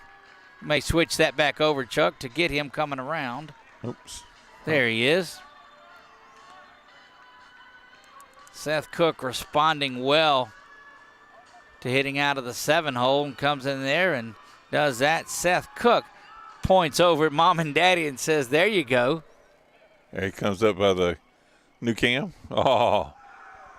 Seth Cook with the solo shot there. And sorry, Zach, that might have taken it away from you there, buddy. 2 for 2 night for Cook. 3 RBI now with that home run. And expect a dad, a cousin, another parent to come out here pretty soon and get that baseball. Yep. At least they've cut back some of the weeds that were there that caused them so much headache last year. With those poles and stuff, they were hacking at them. That was a lot of fun to watch. That was. That one inside to Powell. Misses that one, ball 1. Yeah, Seth put a charge into that one. Knew it when he hit that one. He had a pretty good idea that one was gone. It went over that center field wall rather easily, nearly to that building that was the old YMCA that's right behind us. And Bass. Did we tell him the parking arrangement out here and see who he was aiming at? I think he was getting close to my little Tucson is what he was doing. Something about that front windshield in a baseball. Right. Yeah, we drove around with that for a little while last year. A couple of years ago. I don't know when that was. A couple of years ago maybe. See, and I thought that was that sticker you can buy at the store. That was up high. See, and that's like the fake ticket that you put on there to make the officers think that you already had a ticket for the day. Yeah, that doesn't work real well. Doesn't at all. Cooper Courtwright stands in. You get a good look at Jack Powell there. 5-2, Warriors lead this. 3 RBI on the night for Seth Cook. And seeing the baseball very well from where he's at is the senior first baseman. There's Mom and Dad again. Or Dad at least is. No, they've moved, haven't they? That's not Mom and Dad. Mom and Dad moved off. Pan down the fence here, see if we can. He's not wearing the overalls and suspenders. So, the overalls that he had that he cut into shorts towards the tail end of the season last year. We have to wonder where those are at. Probably not tonight. A little chilly, but, have to zoom in and a lot Where at? They look like they're going to appeal. No, they're just bringing the third baseman up. I thought they were going to appeal over to first, but didn't do, or to third rather, to see if maybe. Yeah, no, it's too far along. We've got a runner at. Never mind. So he was just bringing him up. Shows you what I know. Is it's a batter removed from the Seth Cook home run. So don't mind me, folks. You must have a long day tomorrow. I do. I got to get up at the crack of noon and get to work on some things. Well, there's a bunt back up the middle to the pitcher. Only play is to first, and it's good sacrifice from Courtright, who will move Powell over to second base and one out. What a pal. Right? Yeah, going to get up at the crack of noon tomorrow and work some things. So thankful. Out there. The all-new 446 Sports bringing you. Yeah, we'll try to get a report on. I wonder if Nick's going to write a report on that Menard game for us tonight. That would be good. It's right behind the Tioga article from the other night that I didn't get either. So yeah, we're going to change this, I think, and go back to the. Look, somebody's moving our camera. Is that you, Chuck? That is not me. Oh, they may be clapping or something. I'm talented, just not quite that long arm stretch. Well, the way you were looking at it with the Oxsoon, I thought maybe you had the ability to move that, but or maybe you're messing with me, one or the other. That may be coming soon for too long. Back to the top of the Warrior order, and that is Davis. That one misses outside, evens it up at a ball and a strike. Cody on the afternoon, a couple of strikeouts and a base on balls, looking for his first hit of the 2024 season. I would love to see second base over there cheating up, kind of playing behind the runner on second, and they throw a pitch and him not get back in time over here in his spot, and the ball just roll right up this way. Happens a lot. Sometimes they overthink in this game. 2 balls and a strike to the senior catcher. Right? Come on, stay with us, Chuck. I'm trying. This is game 1. It's been a long season. It's got a lot going on this season. Indeed. That one smashed down the line and fair. That'll be a base hit for Davis. Coming around, going to be a play at the plate. Sliding in safely, and there it is, an RBI double for Davis.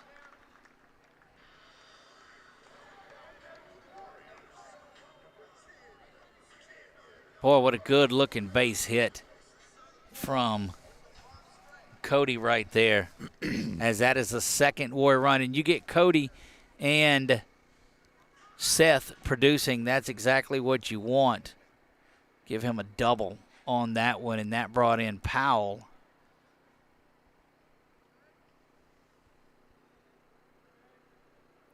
Canyon Wright stands in. He was hit by a pitch and struck out a couple of times in this one. Wow, yeah. Boy, Seth Cook has had himself a game tonight. RBI, 2 RBI base hit in the first, and then the solo shot here that led things off in this one. There you see the true leadoff hitter, Cody Davis, standing there at second behind Bass, who is on the hill. That's what the coaches over there that are, I guess they're sitting in that little that spot. One smoked foul. Down there where we were. They got the bullpen before, going is what's happening there. They got some activity, so you got your pitching coach down there. Look for them to put a light up down there maybe. It's dark in that bullpen area. It is indeed.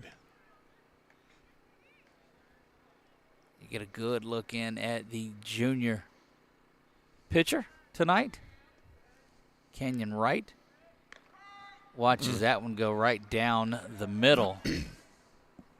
And it's a 1 ball, 2 strike count to Wright following that foul ball and that one he just looked at there. Bass set to deliver 1 ball, 2 strikes, and just really sitting. Expect Canyon to step out, and he does, cause time. And we've seen Bass do that a number of times where he will just sit back and hold on to it. It's like playing chicken. Indeed. 1 out here. The Warriors looking to put up a big number, trying to end it here in the 5th. That one waited on that, did Canyon, but drives it to the shortstop. It bounces around, and that will retire Canyon, but it does move Davis over to third base now. And Brady McDaniel will stand in there ready to go to work.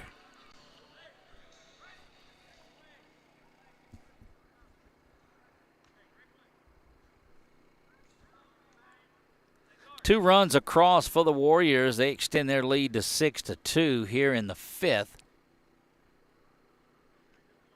This has just been a grinded out type of game for the Warriors. Again, a big 4-game set coming up this weekend with games Thursday. No, they have 2 Saturday, don't Thursday, they? Friday, and 2 games on Saturday. Wow. That one bounces down low. Back to back, as a matter of fact. 2 of them right in the middle. As a matter of fact, they're back to back. That keeps them from being here just incredibly late, and that was always a character of these tournaments is that you play last on that, and boy, that and it gives them a chance to stay in and watch some Saturday morning cartoons too. It gives me a chance to do it, that's for sure. 3-ball count to Brady McDaniel. McDaniel has already walked on the night, reached on an error, and scored back in the 1st, and has struck out. Pop-Tarts, Looney Tunes, and coffee milk. I don't know about that. That was growing up. Was it? That was growing up, yeah. Between me and my 2 brothers, we would knock out a gallon of milk and a couple of boxes of cereals every Saturday morning. That one smoked by, and that gets to the wall, too, by McDaniel. That's going to be an RBI, and McDaniel a long single there, and that's why the 8th grader is in there, gets his first hit of the night, and he just crushed that one to left field, and that's a base hit for Brady McDaniel. Absolutely hit that one hard. They call that on the screws is where he hit that one. Indeed, he did. Interesting. Any history on that? Zach Craig, well, I don't know. And Just I hate if it's that. from the old screwball kind of thing or not. I don't think so, Chuck. There it is. That's 1 ball, no strikes. Warriors have plated 3 here in the bottom of the 5th. They lead it 7-2. And thinking about running for Brady, but then they take that away. Coach Brown's going to come in and make a move here, and it will bring in the pinch runner. And Chuck will get him to turn around and see. 14 it is. That is Hunter Lonsberry. Hunter Lonsberry stands in there ready to go to work from first base. I thought it was odd how far he had led off the bag there for a moment. He was off and going. Wow. Zach Craig, 2 for 3. Reached on an error in the 1st, but has hit the ball hard in this one and was on his way. And I don't like to prematurely give away an ending on this, but he was well on his way to a possible player of the game until the 2 RBI backed up by the home run from Seth Cook. And somebody's going to have to go snatch it away from Seth Cook. And young man just explaining how it is. That's right. Bass looks in at Craig. Craig standing there from the left side, ready to go. Good curveball, but misses inside. 2 balls and a strike. Seems like I forget to put the strike up when it's a foul ball, and I don't understand that much. Happens to the best of us. Of course, Canyon on the hill tonight, pitching well, limiting Oberlin to just 2 runs. But I really like the way that Seth has been swinging the bat tonight. Yeah. Canyon with 8 strikeouts on the night. Is that what I had? 1, 2, 3, 4, 5, 6, 7, 8, 9 strikeouts on the night. 3 squares. That one lifted foul and back out of play and that'll fill the count up. So you got to believe that Lonsberry will be off and running on the pitch. 3 balls, 2 strikes, 2 outs. You got to believe he's going to be going from first. See the little peekaboos over the tall wall. Look, I almost had to have a stool to stand on. Saw that when I walked up. I was looking for the mushrooms.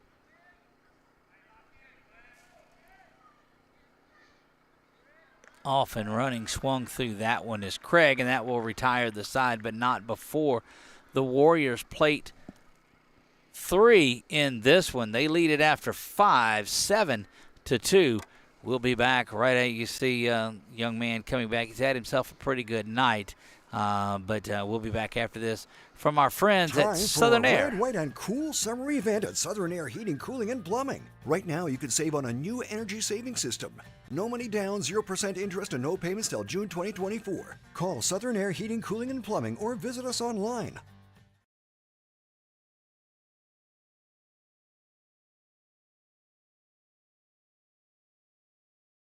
Hi, I'm Kimberly Harrell, Certified Residential Appraiser.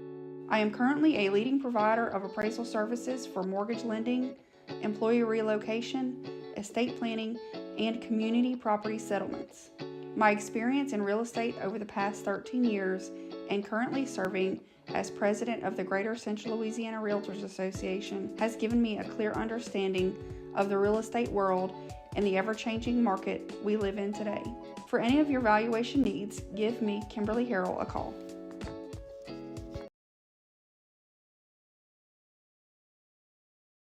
Back to work we go here. A final from Menard tonight.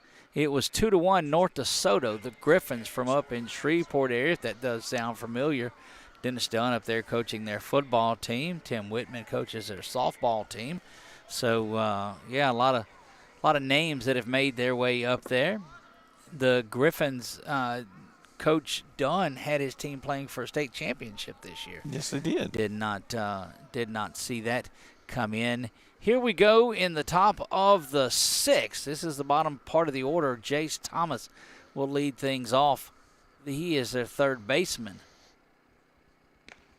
Canyon stays on the hill and continues to throw the ball well. And I think maybe he heard me talking about Seth Cook being the Quibido's player of the game. And he says, hold on a minute. Let me, I'm twirling a nifty 9 strikeout performance here on the night, and have struck out the last 3 I've faced. So, ball and a strike. Ground ball to second base. Bobbled there, but has plenty of time. Over to first in time. Why? And Zach Craig gets the out there. Scored that one 4-3 if you're scoring at home. And he's done really well on third base. I believe he's managed well. I mean, he's had some troubles picking up a ball every once in a while, but all in all, I think he's done well on third. But good strong hit, just not real speedy down the baseline. That's right. Opportunity there to control himself and come up and get that one. Now we've got the left-handed hitting E.J. Wolf. Had a base hit in the second. Big solid hit. Nothing since then. His third at bat. He is 1-2 on the night. Yeah, that one wrapped up across or just down the road. 2-1 North DeSoto takes the lead. Congratulations to Nick and Danny on their first baseball game ever. Saw them talk to Coach Jordan Marks after the game, and we'll visit with Coach Josh Brown after this one tonight. Still up in the air on our player of the game from Quibido's. We'll have to do that, but you'll be able to read all about it tonight. Extra, you'll be able to read all about it. Looks like Cooper Scott is their player of the game. Is who they're talking to afterwards. Of course he was. He was at every football game. He said no. So we've got an interesting thing we're going to do on Sunday between shows. We're going to take an opportunity to talk to Cohen LaRue and Cooper Scott on not just their athletics, but both of them are going to play ball. Both of them athletically or academically talented, and so we'll get a chance to visit with those guys. And we're going to do it won't be live. Just going to record a little interview with those guys and do a story on them. There's a nubber back, and that's thrown down the line. And that will get E.J. Wolf. Or is that – go back to first base, Chuck, and let's see. Is that – yep, that's E.J. E.J. grounds that one out. That's going to be an error. He stays on. Yeah, he's there, but I mean – grounds it out, so not as an out, but I got you. Yeah, there's a good look at the right fielder for Oberlin. In this one, finds himself at first base, and that'll get back to the top of the Oberlin order, and Brett Bass, who is now moved to the mound. Get a good look at Canyon and Cody and Seth that were in there.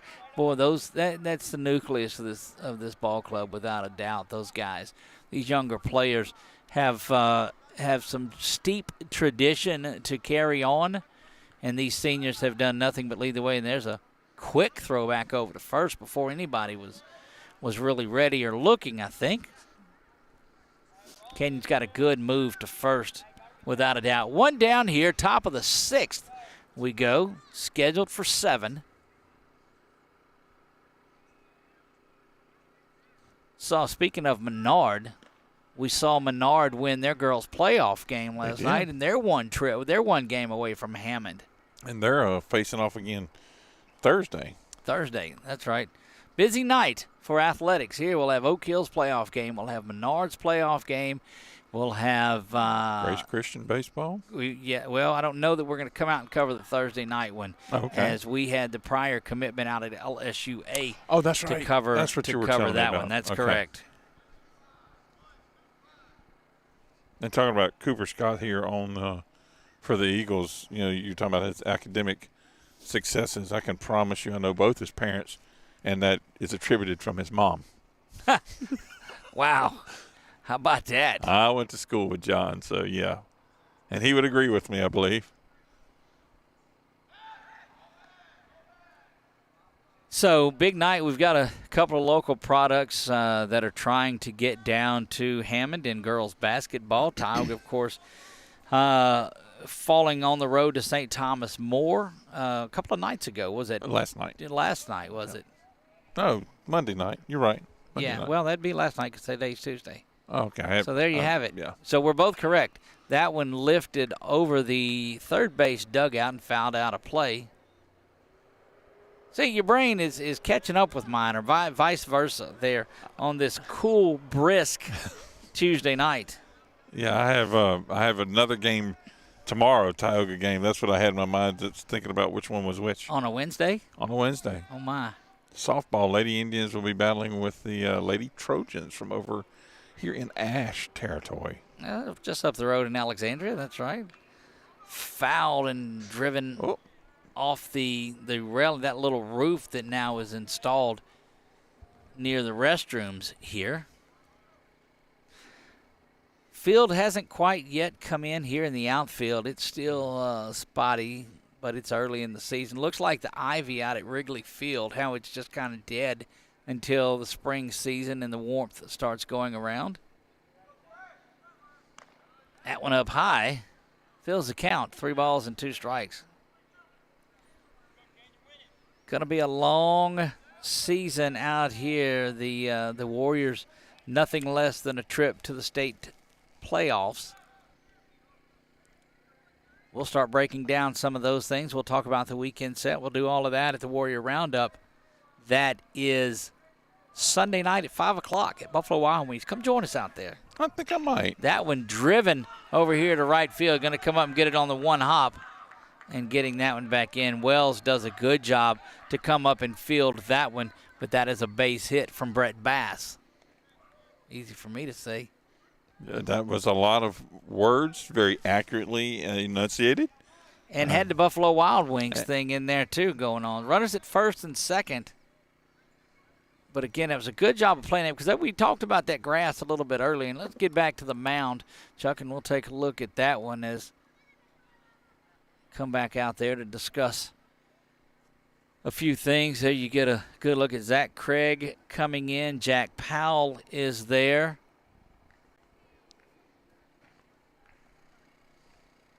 Adelise, who makes his way over from shortstop. Seth good group of guys out there on the hill saying, hey, what are we gonna do here? We've got one down in the top of the 6th, and you want to shut it down. You had a good offensive inning, put up 3 runs, almost doubled your lead, and now you want to come out and get out as quick as you can.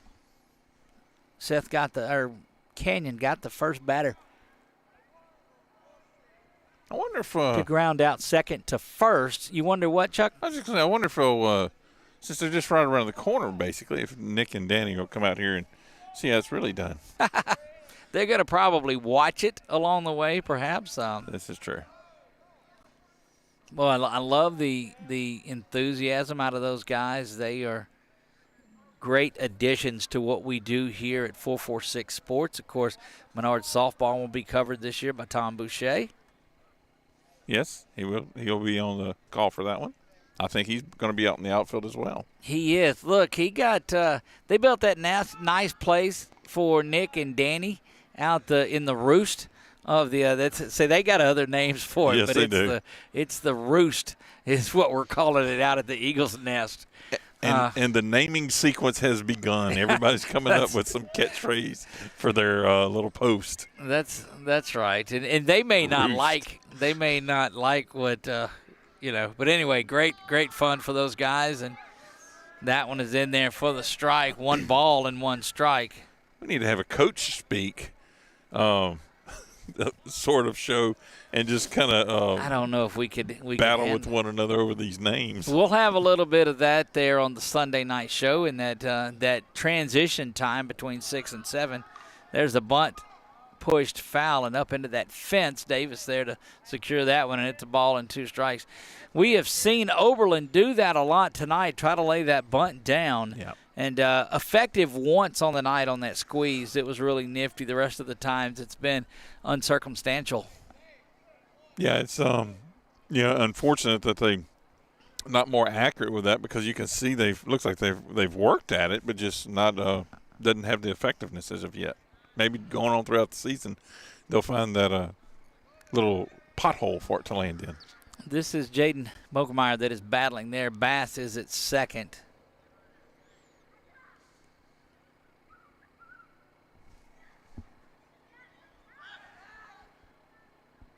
Now that is Wolf that is at second, Bass at first. Bass came on, started the game at second, made a pretty good play early on in that one, and then since went to the mound. Pitched well until those 3 runs he surrendered in the last inning. Trying to help get them back here. There's that nifty curveball in there for a strike from Canyon, and down on strikes, and that is strikeout number 10 for Canyon Wright. Wow.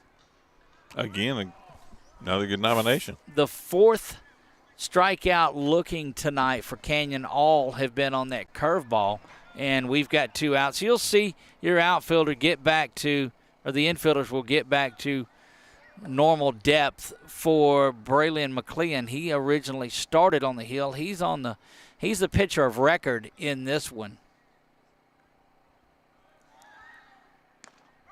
Set to take the loss in this one if Oakdale or Oberlin unable to come back in this one.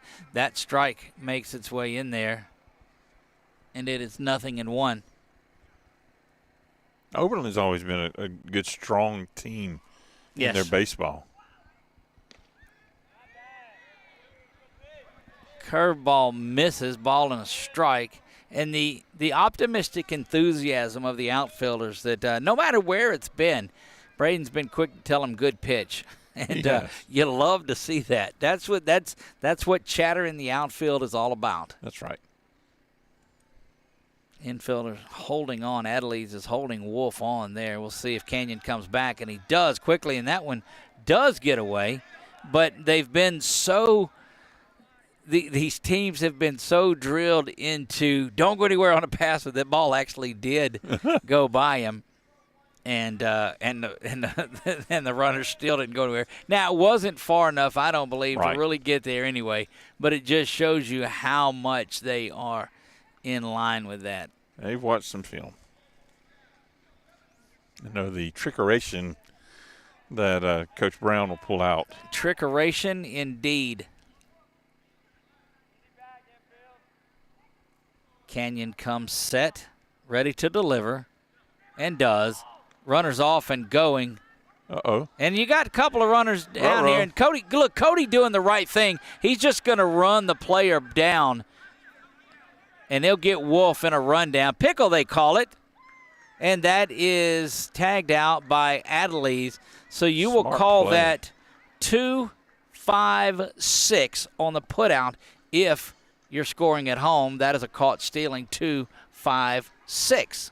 That will bring McLeon back up in the next inning as the runner from second, which was Wolf, is the one that is erased on that 2-6-5 play. So send McLean back up in the seventh, but right now it is the Warriors getting ready to come up and see what they can do in the bottom of the sixth. We'll take a break and we'll be right back. You're watching Grace Christian Baseball right here on 446 Sports. Time for our red, white, and cool summer event at Southern Air Heating, Cooling, and Plumbing. Right now you can save on a new energy saving system. No money down, 0% interest, and no payments till June 2024. Call Southern Air Heating, Cooling, and Plumbing or visit us online.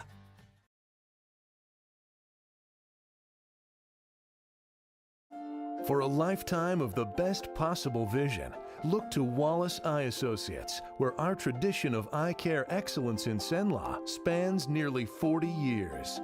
From your next family eye exam to cataract and glaucoma evaluations, trust your vision to the experienced eye professionals at Wallace Eye Associates. Call Wallace Eye Associates today at 318-448-4488 to schedule your next eye evaluation. At Certified Transmission, you can count on our certified mechanics with over 35 years experience to get your vehicle fixed right and get you back on the road. Got transmission problems? Go where you know. Certified Transmission.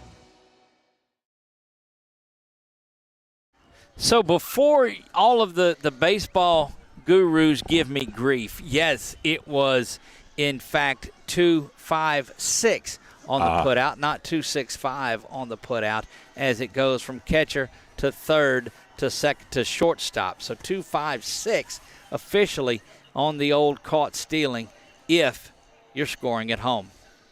You know, I'm going to have to get in touch with BU Designs. You need to. It's time. I need to get one of these made like this again. Where did you get that one made? Got that at Polos and Plaids. That one? Yes.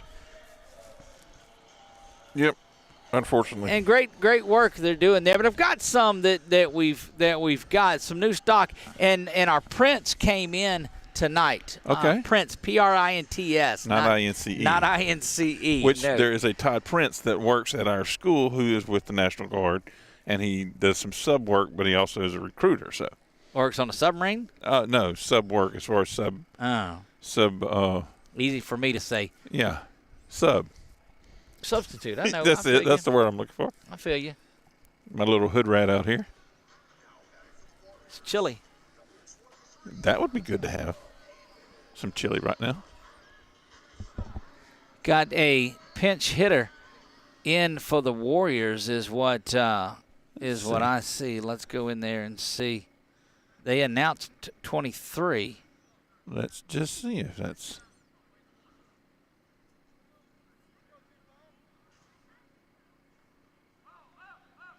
See if we can get a look at it. If it is, that's Jacob Amon. Let him get a swing in there and see what.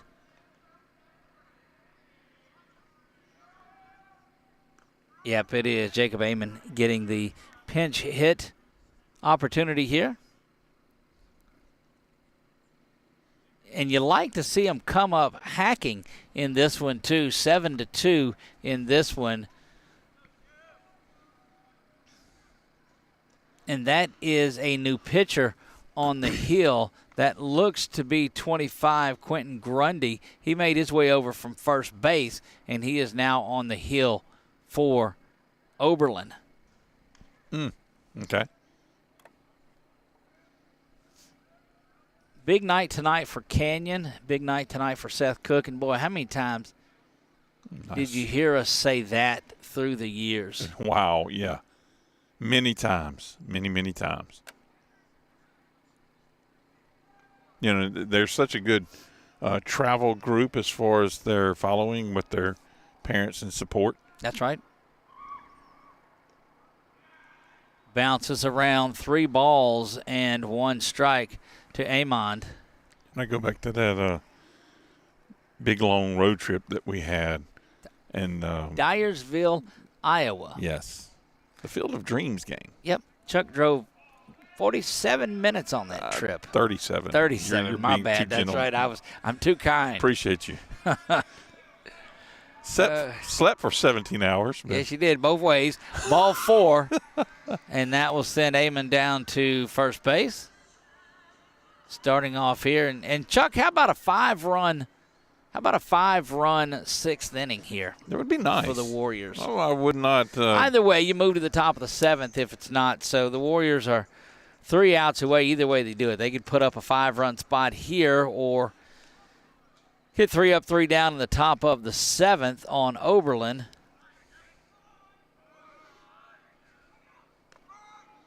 Clearing or squaring around the bunt. It wouldn't hurt my feelings to have a 5-runner. Don't do 4 and just tease me. Go ahead and go. Right, don't do that. See, that would be about the worst of it, is to stretch it out and then still come and play the top of the 7th. But we've seen the Warriors really explode at certain times and finish games off.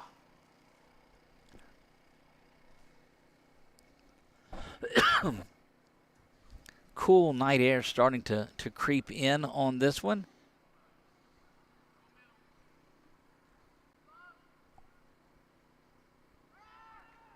Off and heading for second base.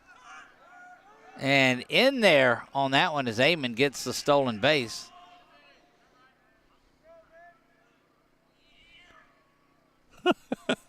Somebody gave him the ricochet run or the speed cat run, I guess.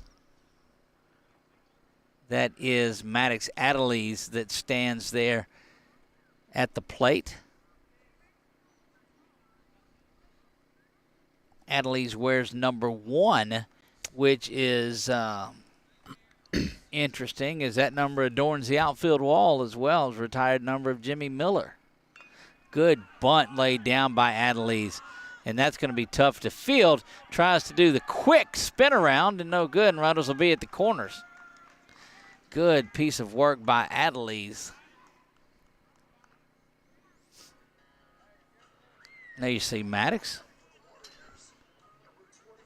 Maddox, the junior. And here comes Seth Cook. Seth has an opportunity. So it's neck and neck between Seth and Canyon. Canyon's got 10 strikeouts on the night. All Seth has done, he saved the run by going up the ladder on that one and bringing down the throw from Powell back early on. He did. Had a 2 RBI base hit in the first, a stolen base. Walked, got over to second base, and then had that solo shot to lead things off. Seeing the baseball well is an understatement for Seth Cook. But he and Canyon neck and neck in their battle for Quibido's player of the game, and neither of them know it. Stolen base. Catcher's indifference that gets Adelise down to second base. Knowing that he had the runner on third, kind of faked the throw and obligatory. So down here in high school level, catcher's indifference, I don't believe is a statistic. Up in the majors, it is. But, is it? Okay. But yeah, when they had no concern for throwing down there because of the runner on, but that'll give a stolen base to Adelise here, and that was a little chin music up there to Cook. Let him know about. I still remember that home run you hit earlier. Well, he remembers it because he saw him as Seth rounded first base where that young man was at. This is true. A feeble attempt to hold on. Don't know that they're even going to throw behind, but leaves that big space at second base. Seth now 3-0, and I gotta believe that they've green lighted Seth Cook here. Yeah, if it's there, go at it, huh? Yeah, they're gonna let him swing away on this one. I gotta believe.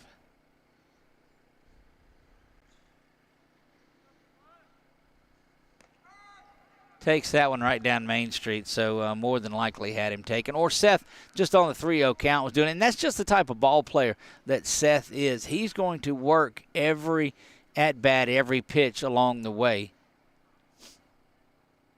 The delivery here. Seth smashes that one out and grounds into a double play. So Seth drives that one to shortstop, who gloves it.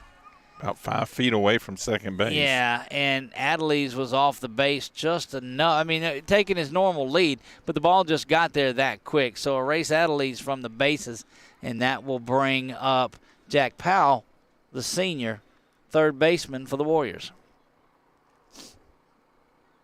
Good play out at shortstop to glove that one, have the wits about you to go on and step on the base. And that's one of the easier double plays that you'll get, because that ball took him inside where Adelise was as the runner, and Maddox had no chance to get back to it. Did not indeed. Smacked foul.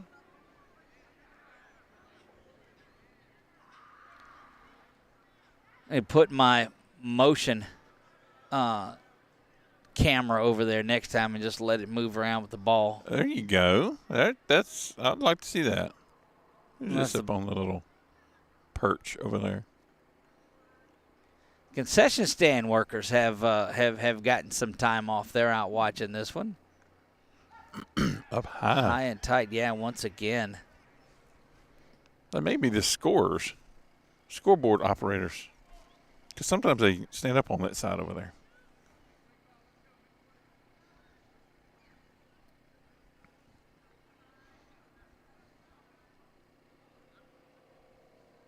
Coming set now, the delivery. A good hack at it, but was down and low. Ball and 2 strikes to Powell. Don't forget, we've got Tauga Indians softball tomorrow night. Lady Indians will do battle before a big weekend, or big Thursday of playoff basketball. Yep.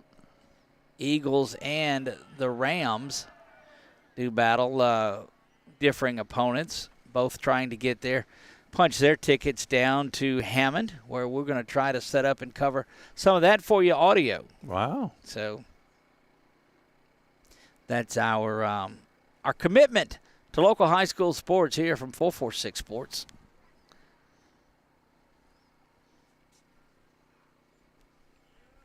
We appreciate the folks that express the desire to have us go down there and do a full broadcast, but just can't make that happen. No, the LHSAA folks. And that's saying that I get credentials. Who knows? This is true. I got shunned out of the high school football.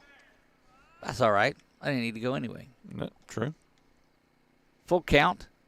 Swung through that one and down on strikes. Warriors caused a little chaos, but come out of that without a run scored. We were looking for 5. Now we need 3 up and 3 down, and we'll do all of that when we come back. You are watching Grace Christian Baseball, due in part to our friends at Valex Federal Credit Union. Wherever you are, you're there for a reason. You shouldn't have to make a trip to the branch to deposit a check. Skip the trip and use our mobile app to easily and securely deposit checks right from your phone. Day or night, wherever you are, or whatever you're doing. Download our mobile app today.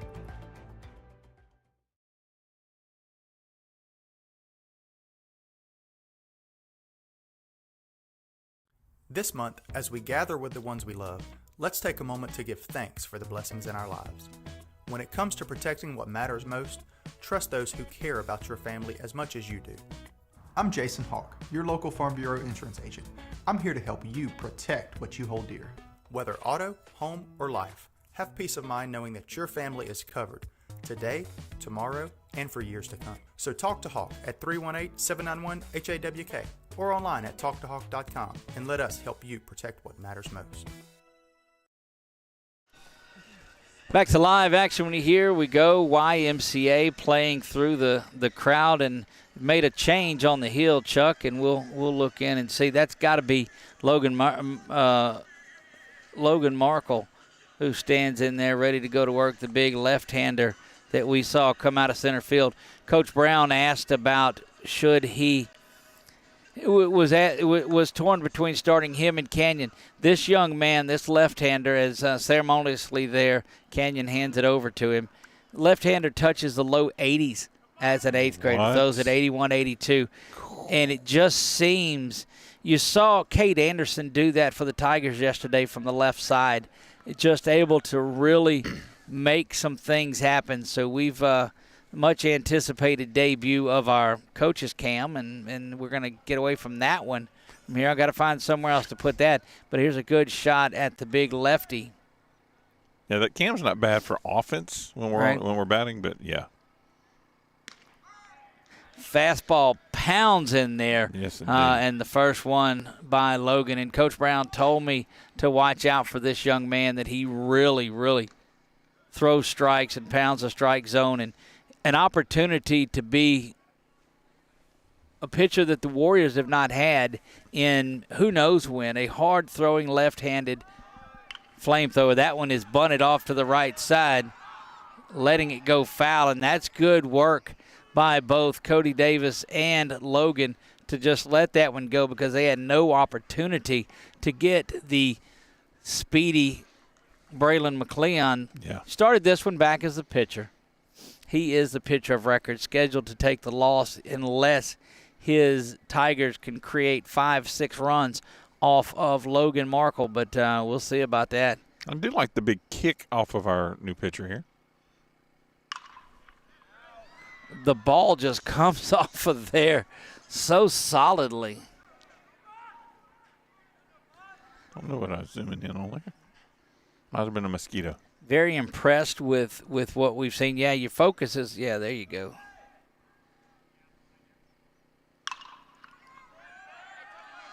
Right up the middle and back out to center field, and so a base hit.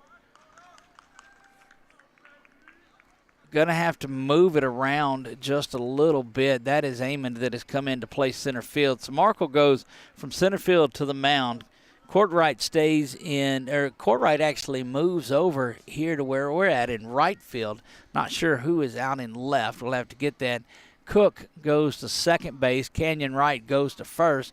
Adelise and Powell at shortstop and third. There you go. And that's in left field, not right. That's, yeah, because Courtright moved over here to right field where we're at.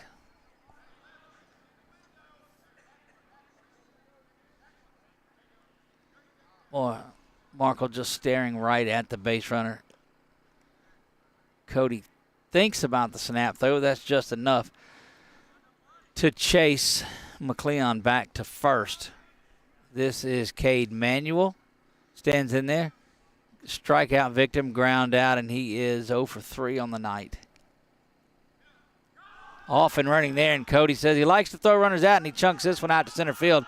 And stumbling around, looked like McLeon was going to get up and go after that pitch, or that throw down sailed into the outfield from Davis. But quickly there to get it was Amon. I thought that throw was going all the way to third, but it's good that he hit his cut off there. He did hit his cut, and it would not have made it through. It wasn't a knee because, Boy McLeon just stumbled, had the legs going. That one is fouled up. Boy, they're getting good swings at this 81, 82 mile an hour fastball that's coming through. They're going to have to move it around a little bit. Glad that you joined us tonight here. Glad Chuck came out with us. That's the only reason. Yeah. Otherwise, y'all have been listening to it. I'd Mark. have called a lot of y'all. Yeah, no kidding. We'll go home and get all of that fixed tonight. Bounce is low. Davis able to block that up in front.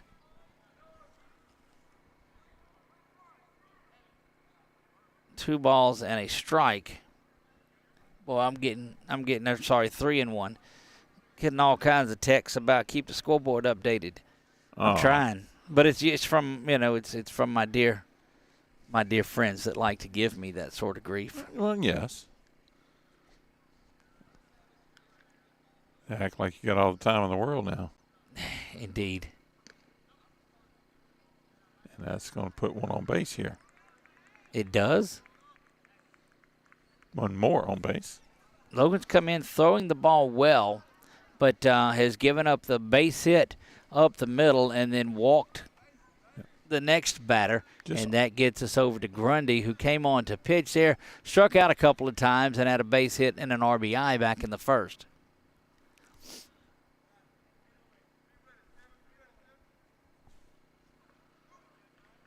Davis coming to talk to his young 8th grade pitcher. Oh, you look at him and look at the size on him, Chuck. You'll move to the left, no, your other left a little bit on the mound. You look at the size of that young man who stands on there and knowing that he's still, what is he, maybe 14? Has a lot of growth and development in that upper body and those legs where he's going to pitch from. Spun around, snap throw to second. Not in time. Just enough to get the young man's jersey a little bit dirty, and Mom will have to get the OxyClean out on that one. No dirt on that part of the field. None. Logan rocks and delivers this one. And, wow, off and going again. And that young man is aggressive there on the bases. And, Chuck, you brought it up. It's that big leg kick again. Yeah. It's kind of it does signal them that it's time to run if they are going to take off on a run.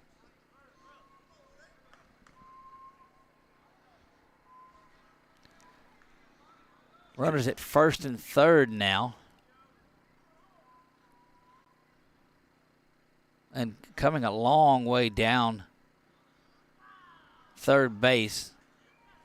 Trying to rattle him a little bit. Trying to get a balk out of Markle, and got to believe that's our friends from Menard making a phone call there. Yeah. What are y'all doing? Yeah. Is it cold? They'll come out and they'll talk about this one just a little bit. So the game started after hours. It and did. Finished before hours. Yes. Welcome to Grace. Well, it's definitely after hours because I was out of work. Welcome to Grace, Christian. Actually, you're at work. Well, yes, I am. I am indeed. Yeah, what was our longest one we did last year, Doug? There was one that went on and was like, this is never going to end. It was over 4 hours. I was going to say 4.5 hours. Yeah, I thought so. And we're at the 3-hour mark in this one. We've had some that's lasted about an hour and 15 minutes. They were run rules, but this one is dragging. Like Pete. Boy, it's such a long arm span. It's like he almost drops the ball into Canyon's glove. Right. Stretch Armstrong. Third baseman might be an opportunity. He's getting down the line a good bit. If you snap that throw over to third, you might have a chance to get him. Just holds that leg, though, does Markle, and does not allow the runner to take off. What a good move. But he, showing that third base runner that he's not being rattled by him. No, that's correct. He's going to continue throwing to first and just see how much more he's going to bite on that. Watch, he comes with that leg kick, and he just leaves it up there. And I'm waiting for him to throw it to first and then zing that first all the way back over to third and catch him. That one is drilled foul. And so good job of – and this is one thing that's impressive that Logan is doing.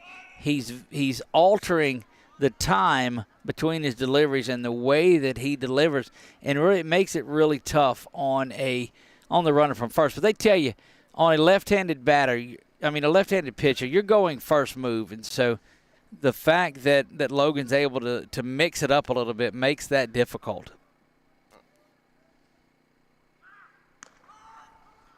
And that's a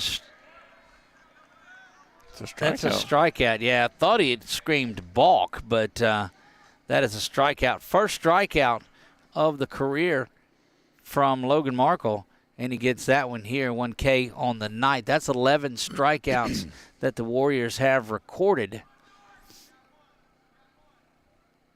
One down in the... So part of And that passed ball gets around. Way all the way up here near the dugout. Must have come off the shin guard or something. Bounced around. Let's see. So that gets runner down to second. The runner from third is home. 7-3 now in this one. 1 ball and no strikes.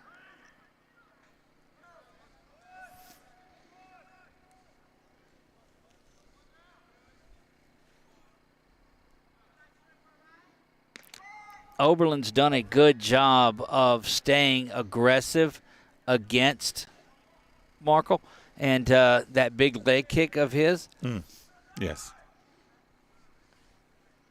They'll work on that some because it is a distinct advantage to those base runners.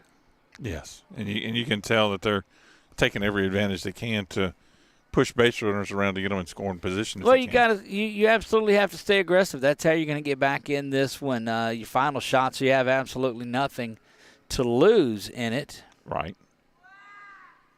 Swung through that fastball and missed, and it's 2 balls and 2 strikes. That was a late swing, too. That was almost a stiff arm, just a whole body try to bring around, but not doing mechanics on the swing. And Logan's getting a little more precise with his accuracy here as he warms up and gets going. Pounds another fastball in there that misses.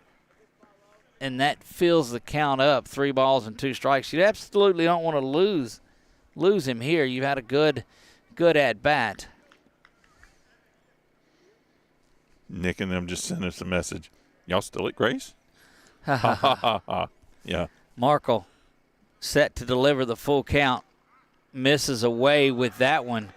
And things starting to get a little dicey here at Grace Christian. As 7-3, still not the tying run up, but it's not far away. And there you see Seth, the senior, coming out and putting some wisdom down on the young man, saying, hey, settle down, stay within your arm, and go to work. And, I'm telling you what, that's just good from Seth Cook. Yeah, that's good peer-to-peer coaching. And a very valuable tool. No, indeed it is. When your players can do that with one another. Here's a delivery. That one misses down low. A lot of arms for Coach Josh Brown, so you got to believe no activity in the bullpen. If he does bring somebody in, I expect it would be Powell or Cook could come in and shut this down if need be. Flashing just a little bit over on the runner from second is Cook, and you got an opportunity to come back to second base. The bunt, they fake, and the Warriors did a good job of covering that time as Adelise took off to third base as Powell was charging, and Davis going to come out and talk to him again as he's saying, hey, look, this is coming on. And, you see him covering up his mouth there. He doesn't want anybody that's on the side over there at Oberlin that's watching our broadcast to relay any lip reading to him. That's right. So you're going to be careful. Keep that. That's akin to the coach in football holding that scorecard up in front of him. That, or he has seen some of our previous broadcasts where you take some of the things they do, and it might make one of those bad lip reading things that we might start doing. And it certainly could.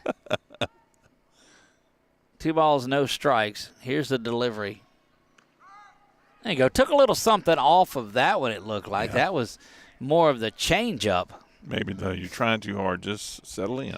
Yep, just keep your composure and stay within yourself. But you noticed it was Seth that came out. Cody went out and talked to him. These seniors are really lifting these young players up. They've got a lot of 8th graders and 9th graders that are starting, and it's an opportunity for those seniors to sit back and say, hey, you know what? Settle down. And I can only imagine that's learned action because I would imagine like seniors prior to showed them some of that same attention. That's and correct. That same self-help within the group. Oberlin having a little fun out on the base paths right now. And why not? This is what baseball is. Can you come out there and scratch it? That's what makes this game the greatest there is, because you always, Grace isn't able to take a knee or run some clock out or any of that.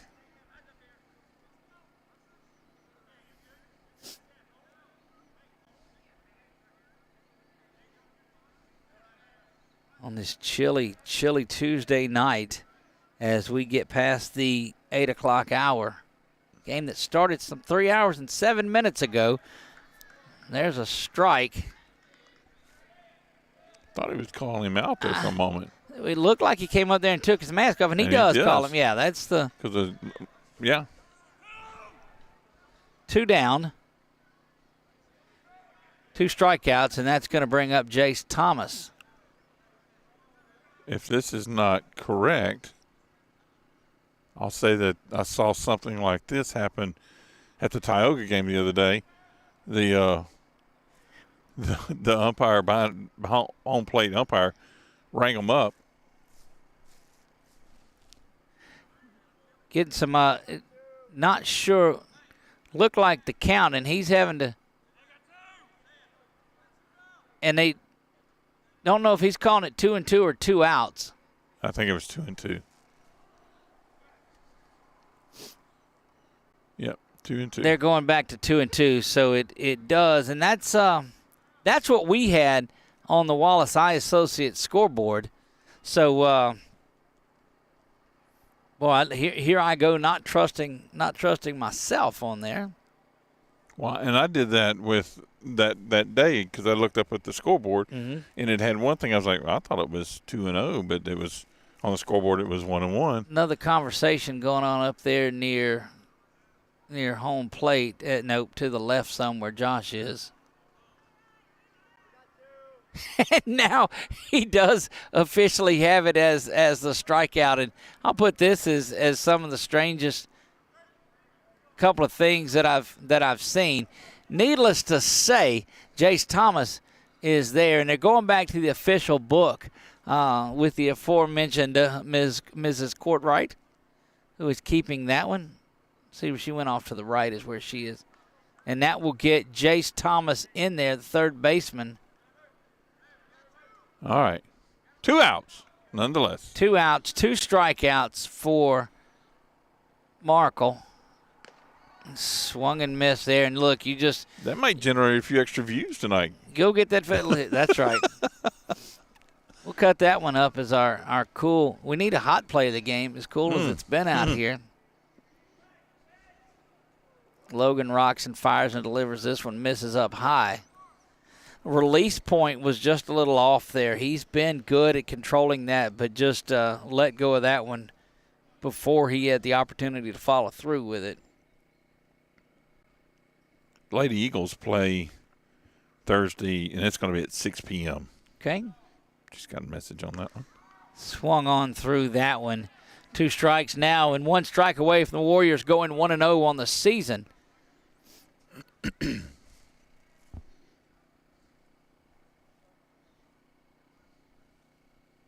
Markle looks over, but it's between him and that batter. This is up high, and now you're going to have snap throw down to first.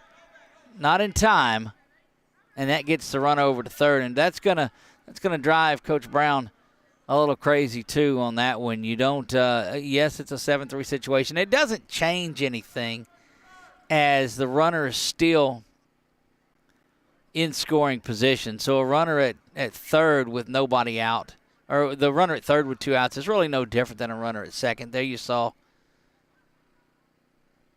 Coach Brown talking to to Nicole. That book. One. It's Miss Nicole right down there. You see that big white. And so somewhere Jess is watching this program, and he's got to see that's Mr. Courtwright.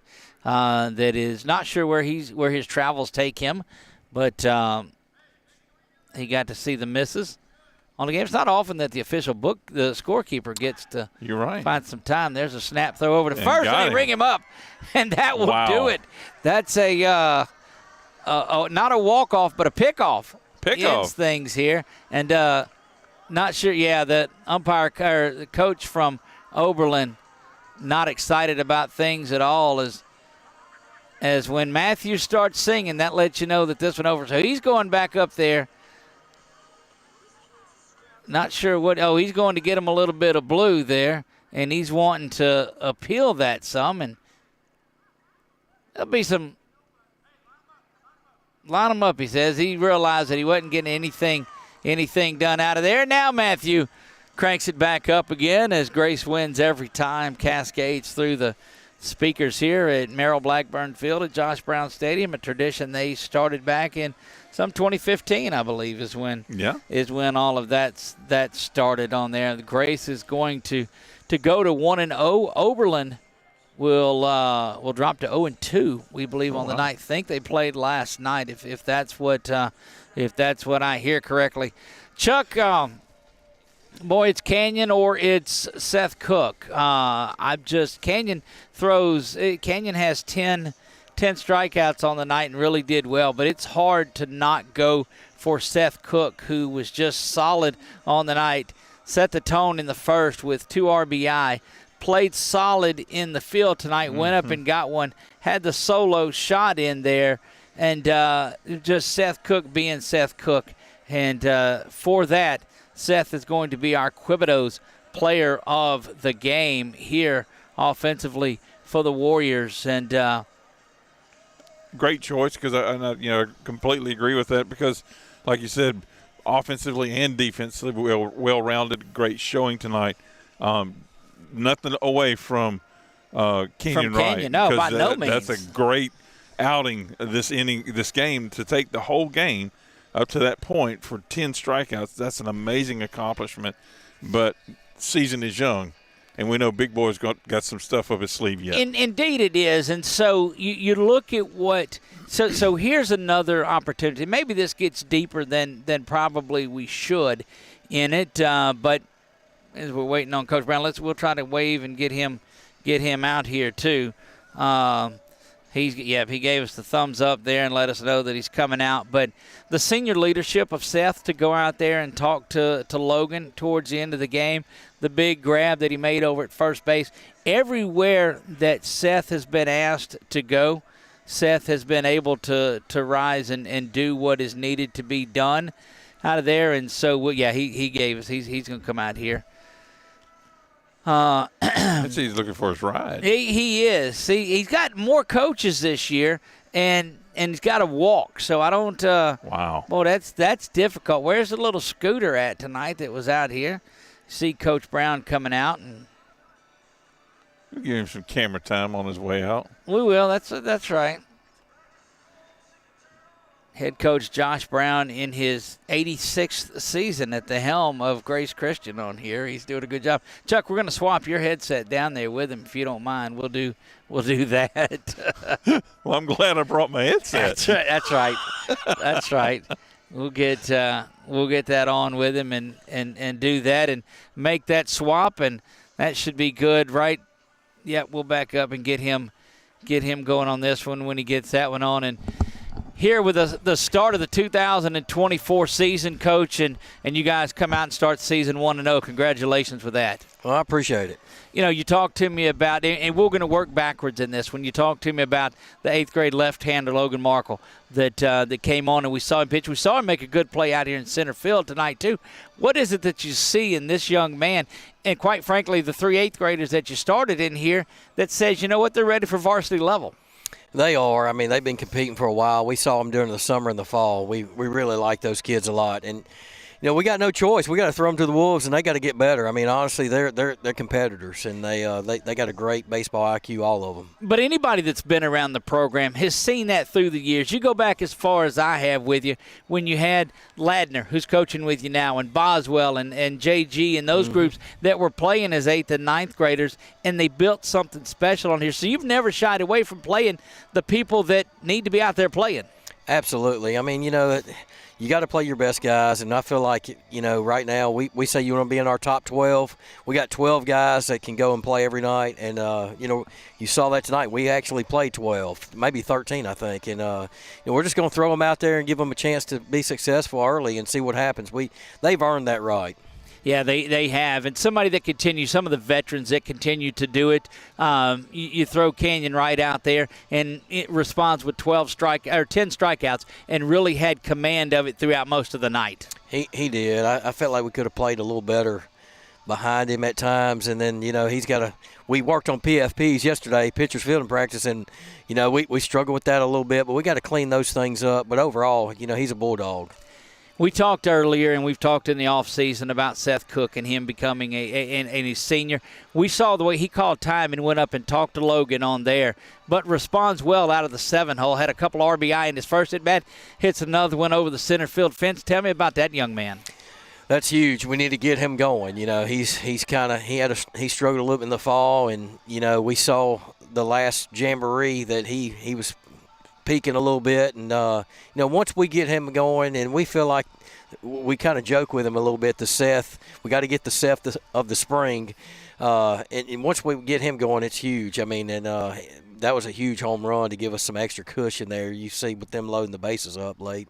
It was indeed, and I go back to one of the plays at first base that he made that Jack had thrown high, and he goes up the ladder to bring that one down, saved some chaos there. Everywhere he's needed to be, he's responded tonight. Absolutely. He's a guy that can play, 4 or 5 positions, and, we told him every time there's a different guy on the mound, he may be somewhere else, and he's that utility guy for us. He's got a great glove, and he's going to do whatever it takes to help the team win. Well, indeed, he's done that in a great attitude, and good to see him with that home run that he hit tonight.